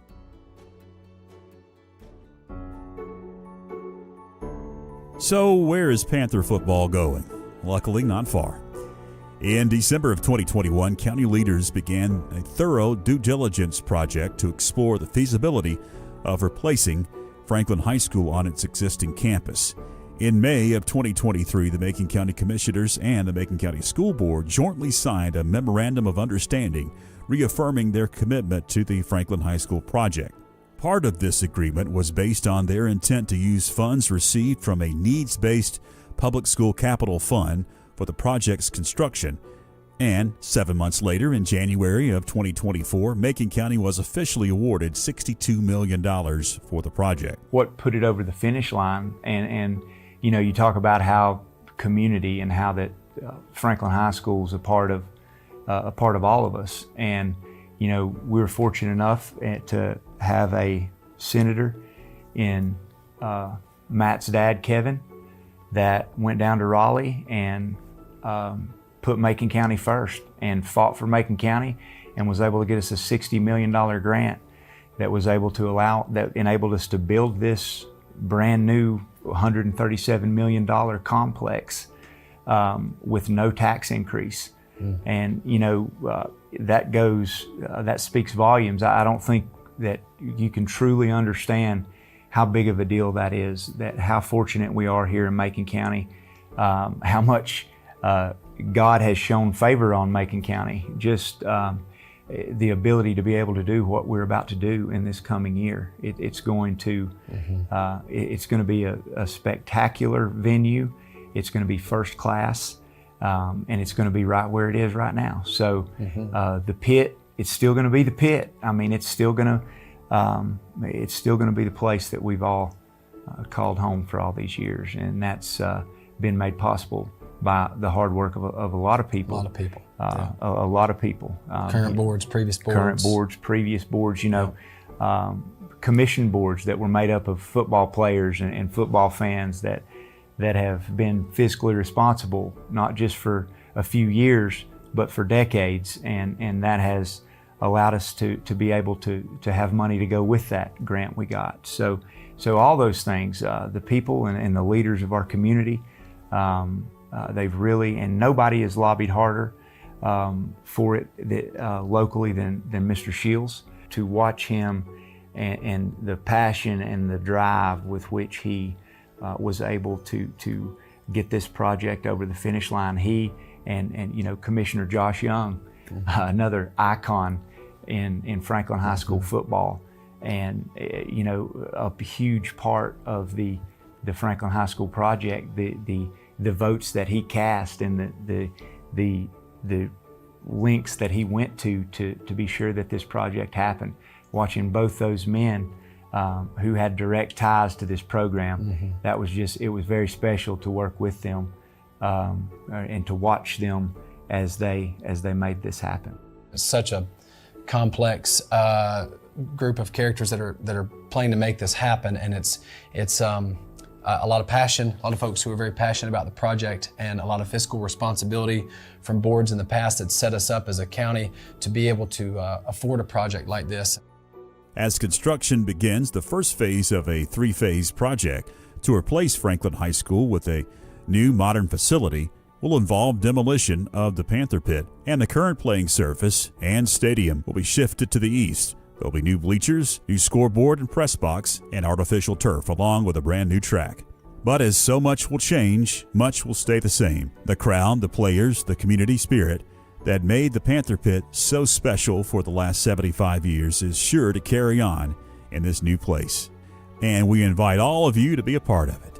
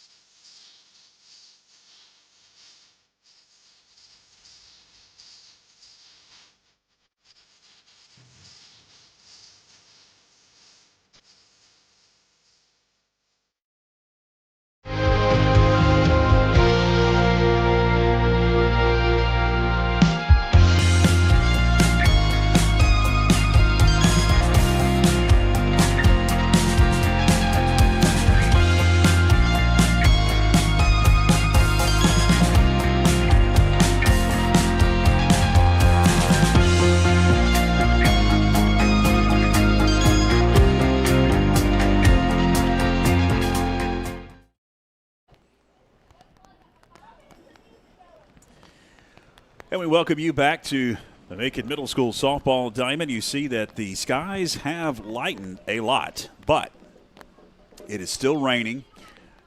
We do have lightning still in the area. We were told about 3 minutes ago that they're going to try to wait until 6:50. At 6:50, they're going to make a decision. They want to start as soon as 7 o'clock if they can, but I don't think that's a possibility because we just saw some lightning about 5-10 minutes ago. Obviously, they're going to have to warm up and get back into shape, so we don't think that 7 o'clock is going to happen at this point. But haven't gotten an update in the past 10 minutes. That was an update about 6:20.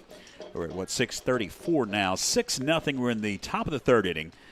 No batters have come to the plate in the top of the third. The umpires are coming back out here. They're looking at the field. So what they're trying to do is to get this game at least one more inning in, because at that point it would be a complete game. We're in the top of the third, so only 2 innings have been completed so far, and you need 3 for it to be a complete game. And now the umpires are looking at their watches down here, and they're deciding maybe in real time what they would like to do. We'll see if we can get a shot of them here. They're over here looking at their watch and trying to decide what to do. But that was the last update we had. They're going to try to wait till 7 o'clock here and then make a decision. You see and you hear the rain hitting our microphone. They did cover up the pitcher circle and behind home plate, but there has been a lot of rain that has fallen. But I believe that there's another bolt of lightning. I believe the field is going to be playable. We didn't receive a lot of rain. The heavy stuff went to the north of us. We just gotten a steady downpour here that has made some puddles in places, but they could easily put some absorption material on it. Ladies, any updates? No? There's the Thunder. I don't think 6:45 is in the cards. We had some of the Lady Panthers come up here into the press box. They just heard the Thunder, and that's going to reset the clock for another 30 minutes. So you're looking at this point at about 6, 7 after before you could even take the field and start warming up. We're going to play some music now. The umpires are just below us here out of the camera shot there. They're talking to Coach Bobby Bishop. Let's do this, Philip, our executive producer. Let's hear from our sponsors. And let me see if I can find out another update, because they're really scurrying down here. We may have an update in about 2 or 3 minutes. Stay with us.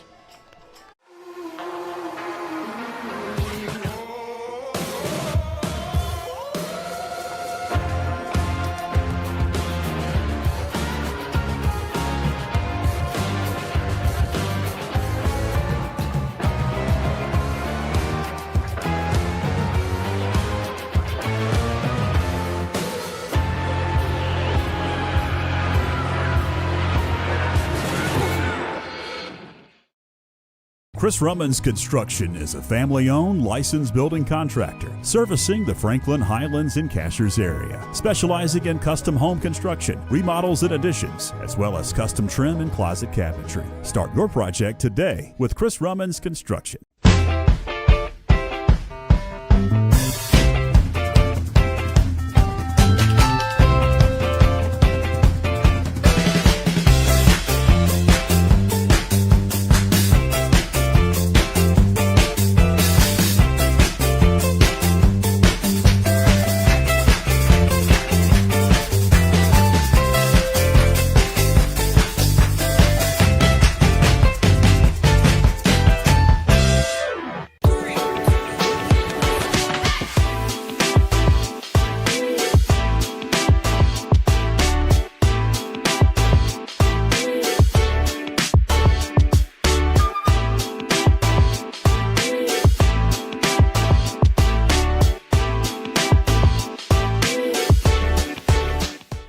Join the Franklin Area Chamber of Commerce on a 9-day trip of a lifetime to the United Kingdom. You'll fly direct from Atlanta to London, England for 3 days of exploring. Then it's off to Windsor and Stonehenge, with visits to the ancient Roman baths, before heading to Cardiff, the capital of Wales, and then over to Edinburgh.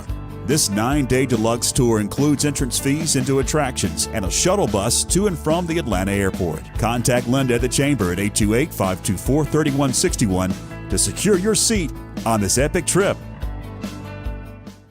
Join FPSN each month during the school year as we spotlight outstanding performances from student athletes with the First Citizens Bank and Corbin Dental Athlete of the Month video feature. It's presented by Corbin Dental, a locally owned dental practice providing comprehensive and advanced dental care in Franklin. With deep local roots and a passion for service, Corbin Dental takes pride in providing world-class care right here at home. And by First Citizens Bank, helping families and businesses make more of their finances for over 125 years. First Citizens Bank, forever first. Member FDIC. At Life Change Christian Counseling, our mission is to change lives through Christ's changeless truth. We provide virtual or in-person counseling, enrichment retreats for individuals and couples, premarital counseling to carry you through life's peaks and valleys, and team building events for your organization, business, or church. Call, email, or scan the QR code to talk with Chaplain Mark Coker to find out how Life Change Christian Counseling can change your life. All right, welcome back. As did get an update from head coach Bobby Bishop for the Lady Panthers. And still trying to wait things out here. Did have a lightning bolt strike before we went to break there. They are possibly going to be making a decision about 6:45, so in about 5 minutes from right now, they're going to make a decision whether or not they're going to continue to wait or they're going to go ahead and postpone this game. And I don't know the scenarios there. It's not a complete game. Didn't go through that with Coach Bishop or any of the officials, so I don't know how that's going to work out. Panthers do have a game coming up on tomorrow. So we bring the schedule up. It was supposed to be, this game was supposed to be yesterday, and my calendar's all messed up in my head. Tomorrow, supposed to be senior night against Smoky Mountain, and then that's the final ball game here at home for the Panthers. So I don't know how all that would work if they have to get this ball game in at some point. 6-0. Panthers have the lead here at Macon Middle School. As you saw, the girls are out there running the bases to kill some time. All right, we're going to take another break here, but stay with us because we will not be gone very long. We're going to try to get an update in about 5 minutes. Chris Rummans Construction is a family-owned, licensed building contractor servicing the Franklin, Highlands, and Cashers area, specializing in custom home construction, remodels, and additions, as well as custom trim and closet cabinetry. Start your project today with Chris Rummans Construction. It's time now for Panther Tracks, a look back at the storied history of Franklin High School athletics. There's one that I would say constantly sticks out in the state championship game. We were down 13-0, and someone that added to this story was Eddie Sutton, who used to be the writer for the sports writer for the Franklin Press. And Irwin kicked off to us to open the second half. And the three deep backs were Keith Brooks, Mike McGinnis, and in the middle was Ricky Mashburn, who was the quarterback. And they kicked the ball to Ricky. Now Eddie and some of his buddies were standing in the back of the end zone when they made that kickoff. And Eddie told me this, like I say, years later. And he said he saw Rick, and the reason they were standing in the end zone is as soon as the game was over, they were leaving to go to Washington, D.C. to watch a Washington Redskins pro game. So they were just kind of hanging out in the back of the end zone. You know, we're down 13-0. They're wondering what's going to happen. But anyway, they kicked off to Ricky Mashburn, and he ran it back for a touchdown. And Eddie said it was the strangest thing he had ever seen. He looked, and as Ricky ran up the middle of the field, he said there was nobody on the other team standing. Everybody was on the ground. He said it didn't even look real to him. But here's the thing, if everybody from the other team was on the ground, somebody got 2 blocks. So that's a kind of a big aha moment.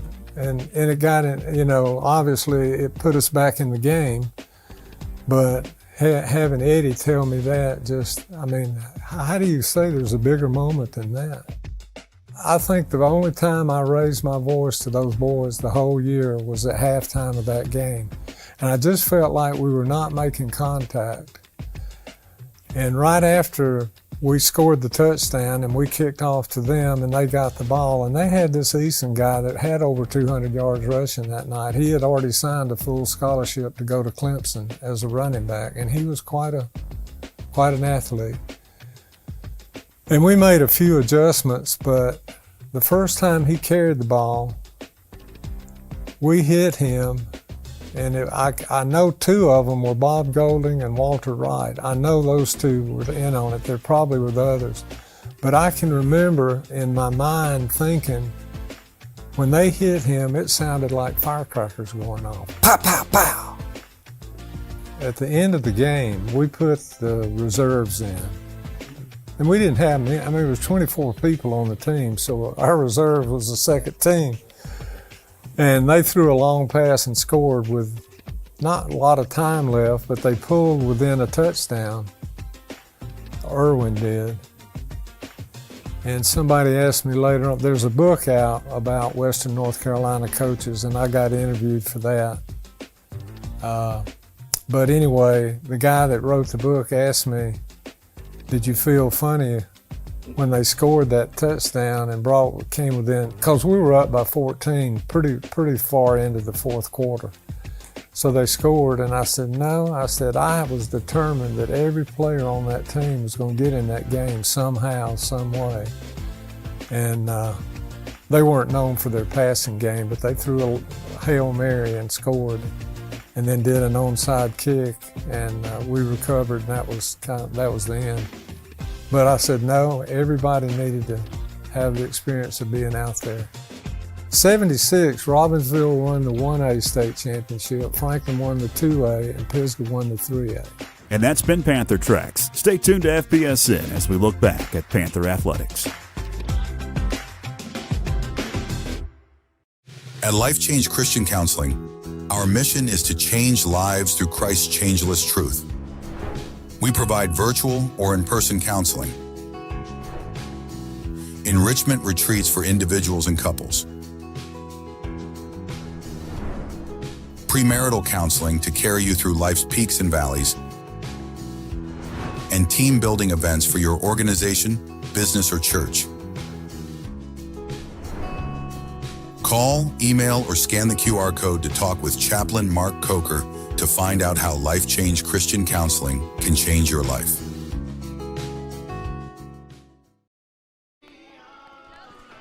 Welcome back. As do have an update, they are still going to try to play this ball game as the rain continues to fall, but the skies are clearing. And the lightning has subsided a bit.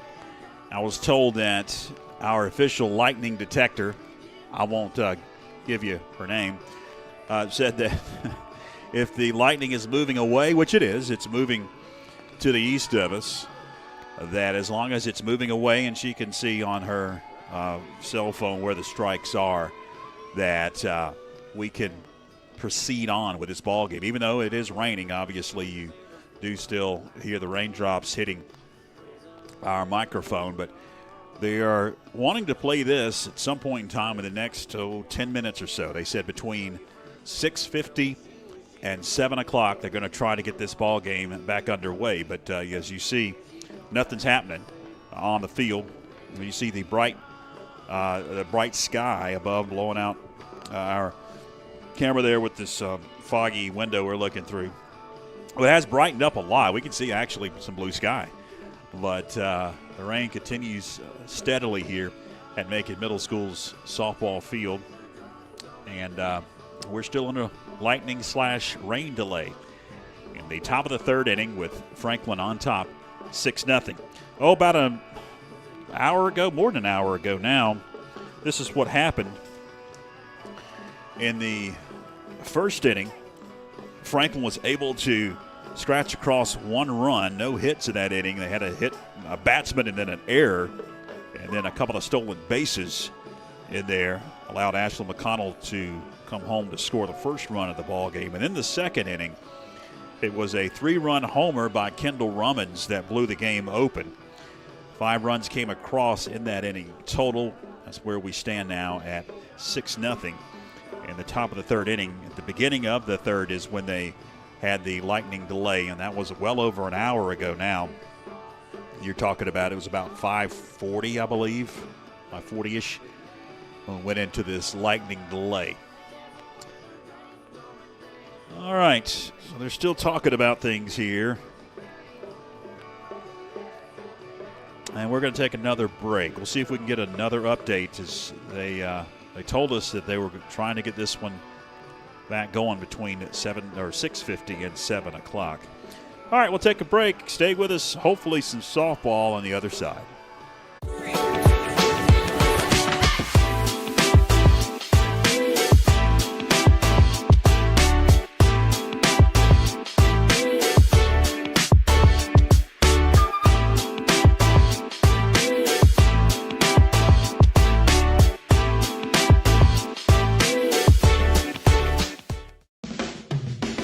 It's time now for Panther Tracks, a look back at the storied history of Franklin High School athletics.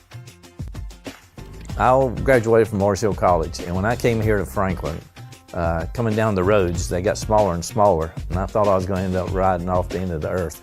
But come and pull it into Franklin, the people here were exactly like Mars Hill was. I could have lived the rest of my life at Mars Hill. They were so friendly, the teachers and atmosphere of everything. Franklin was the same way. I fell in love with Franklin the first few hours I was here. The people I met, they were so nice. And coming in, and as far as athletics, we weren't the top in our stadium, in our field, in our track especially. Like I told you, track hadn't even been started as a program at Franklin High School in '73. We did our training around the football field and had a little path which is about 2 feet wide. We had to hand dig our jumping pits for long jump and triple jump. No way to pole vault, nothing around to pole vault in. We had to practice our hurdles up behind the stadium on a little bit of asphalt, or either go up on the road right in front of the gymnasium and run our hurdles, because that was the only flat surface we had to measure them off, and not on the grass. So things like that. Our football field, we had the old-timey goalpost with one stem in the middle, and you go out and then go straight up. And when they were renovating that football field, somebody, the man that was on the dozer or whatever, and I think it was Mr. Penland, said, are you planning on buying a new goalpost? And they said, we don't know if we have enough money.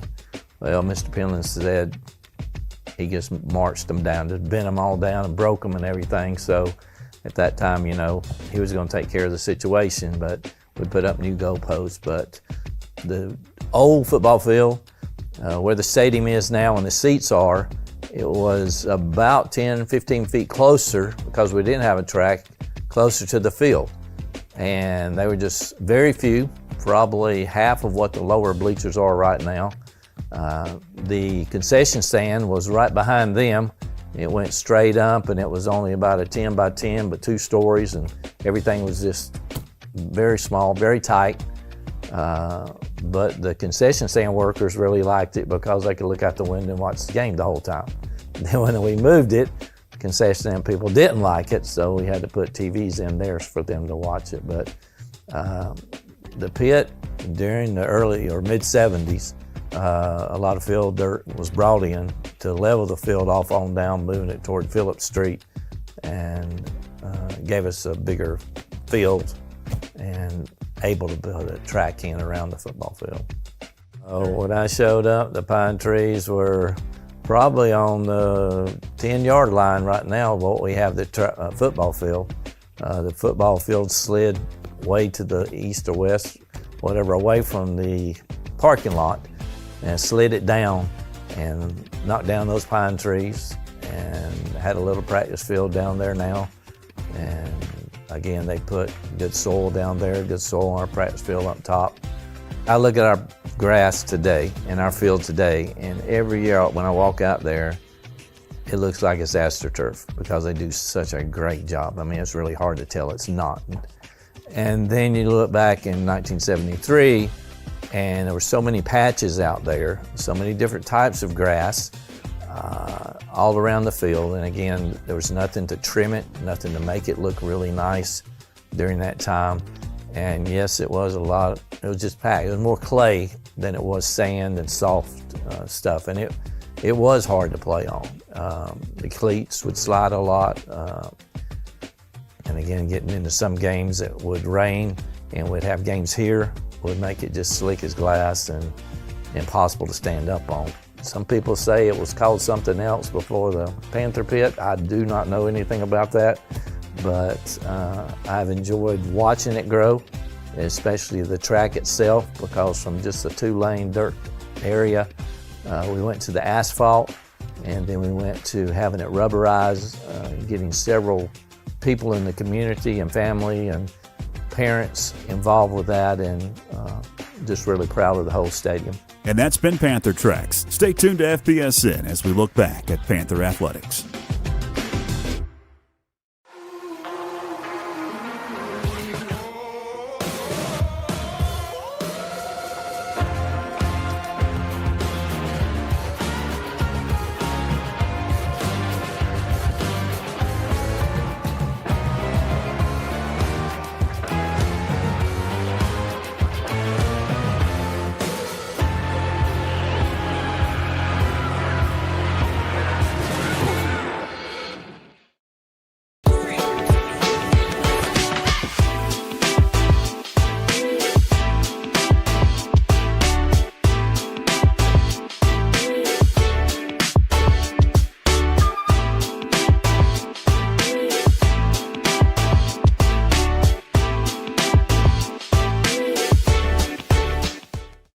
Wanting to improve your overall health, functionality, performance, athleticism, or enhance your skills?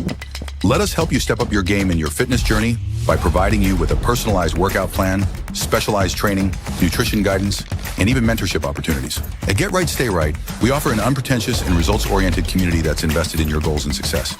Located in Franklin, North Carolina, and open for private and group training, Get Right, Stay Right is comprised of 4,000 square feet, offering a fully equipped state-of-the-art weight room, the highest quality half basketball court, 30 yards of training turf, as well as recovery facilities including sauna, ice bath, and Normatec legs and hips. We offer classes ranging from functional weight training for adults only to homeschool PE, athletic speed and strength training for any sport and basketball skills. Get Right, Stay Right is your newest sports and fitness facility serving Franklin and Western North Carolina. Visit our website to learn more and sign up now. Classes have limited space.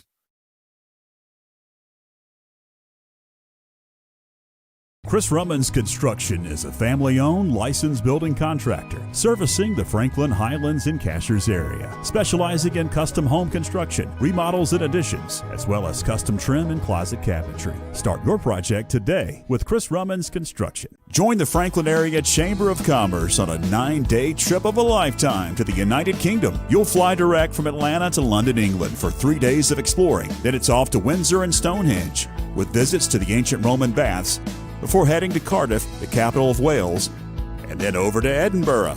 This 9-day deluxe tour includes entrance fees into attractions and a shuttle bus to and from the Atlanta airport. Contact Linda at the Chamber at 828-524-3161 to secure your seat on this epic trip.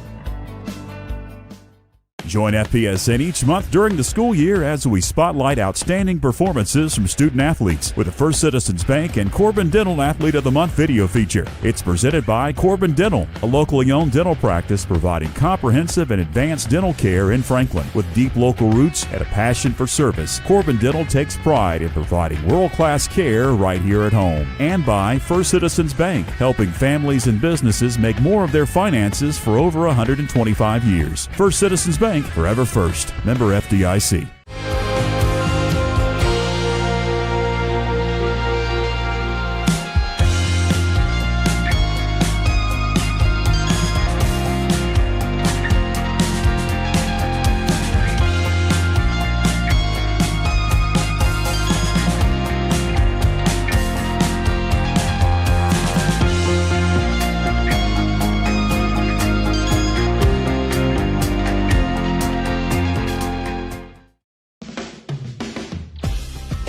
It's time now for Panther Tracks, a look back at the storied history of Franklin High School athletics.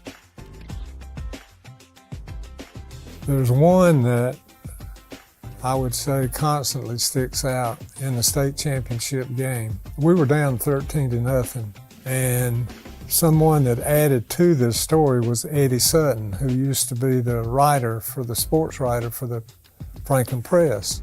And Irwin kicked off to us to open the second half. And the three deep backs were Keith Brooks, Mike McGinnis, and in the middle was Ricky Mashburn, who was the quarterback. And they kicked the ball to Ricky. Now Eddie and some of his buddies were standing in the back of the end zone when they made that kickoff. And Eddie told me this, like I say, years later. And he said he saw Rick, and the reason they were standing in the end zone is as soon as the game was over, they were leaving to go to Washington, D.C. to watch a Washington Redskins pro game. So they were just kind of hanging out in the back of the end zone. You know, we're down 13-0. They're wondering what's going to happen. But anyway, they kicked off to Ricky Mashburn, and he ran it back for a touchdown. And Eddie said it was the strangest thing he had ever seen. He looked, and as Ricky ran up the middle of the field, he said there was nobody on the other team standing. Everybody was on the ground. He said it didn't even look real to him. But here's the thing, if everybody from the other team was on the ground, somebody got 2 blocks. So that's a kind of a big aha moment, and it got in, you know, obviously it put us back in the game, but having Eddie tell me that how do you say there's a bigger moment than that? I think the only time I raised my voice to those boys the whole year was at halftime of that game. And I just felt like we were not making contact. And right after we scored the touchdown and we kicked off to them and they got the ball, and they had this Eason guy that had over 200 yards rushing that night. He had already signed a full scholarship to go to Clemson as a running back, and he was quite an athlete. And we made a few adjustments, but the first time he carried the ball, we hit him, and I know 2 of them were Bob Golding and Walter Wright. I know those 2 were in on it. There probably were others. But I can remember in my mind thinking, when they hit him, it sounded like firecrackers going off. Pow, pow, pow! At the end of the game, we put the reserves in. And we didn't have many. I mean, there was 24 people on the team, so our reserve was the second team. And they threw a long pass and scored with not a lot of time left, but they pulled within a touchdown. Irwin did. And somebody asked me later on, there's a book out about Western North Carolina coaches, and I got interviewed for that. But anyway, the guy that wrote the book asked me, did you feel funny when they scored that touchdown and came within, because we were up by 14 pretty far into the fourth quarter. So they scored, and I said, no. I said, I was determined that every player on that team was going to get in that game somehow, some way. And they weren't known for their passing game, but they threw a Hail Mary and scored, and then did an onside kick, and we recovered, and that was the end. But I said, no, everybody needed to have the experience of being out there. 76, Robbinsville won the 1A state championship, Franklin won the 2A, and Pisgah won the 3A. And that's been Panther Tracks. Stay tuned to FBSN as we look back at Panther athletics.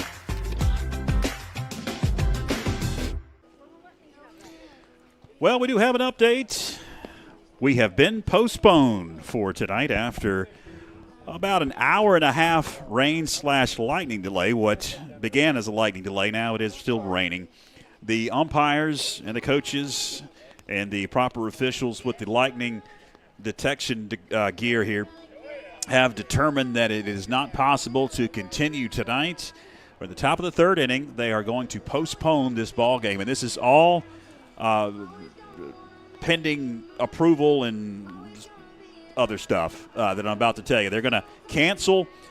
Franklin is going to cancel the game on Monday. We'll throw the schedule up here. Got a Monday game against T.C. Robertson.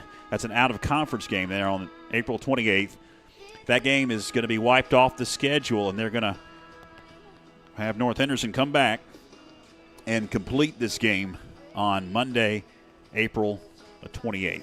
Tomorrow, the Panthers will be in action against Smoky Mountain. Again, pending the weather. It's supposed to be another kind of stormy day again tomorrow. Friday is not an option because Franklin is having their prom on Friday. It has been in many years before on Saturday, but this year they're having it on a Friday, so that has been wiped off the table. They cannot play on Friday. So really the only options that they have are on Monday. You have a conference game on Tuesday, and then possibly, April 30th or May 1st. They seed for the playoffs next Saturday. So you've got to get all these games in, the conference games at least, in by the end of the season. So that is the update. We have waited an hour and almost 45 minutes, and that is the verdict. We're not going to play any more softball tonight. 6-0 suspended in the top of the third inning. Franklin on top of the North Henderson Lady Knights. All right, so we'll be back with you, weather permitting, tomorrow right here at Macon Middle School's Softball Diamond Pentland Sports Complex for what is supposed to be senior night. They're going to honor the lone senior and Josie Dehart, and also honor Kendall Rummins as the FHS Player of the Month. So make sure to tune in tomorrow night. That is going to be a later start, probably around 6:30 or 7. They've got a middle school game tomorrow at 4:30. That's going to be before the varsity game. No JV tomorrow for Franklin High School, but there is a Macon Middle School game tomorrow night at 4:30. So we're looking at probably about a 6:30 or 7 o'clock start with all the festivities in the pregame for that Battle of Cowie Mountain on the softball diamond. So for all involved, for Joshua Chastain and Philip Angel, I'm George Young. Thanks for sticking around with us. We'll see you tomorrow night. So long, everybody.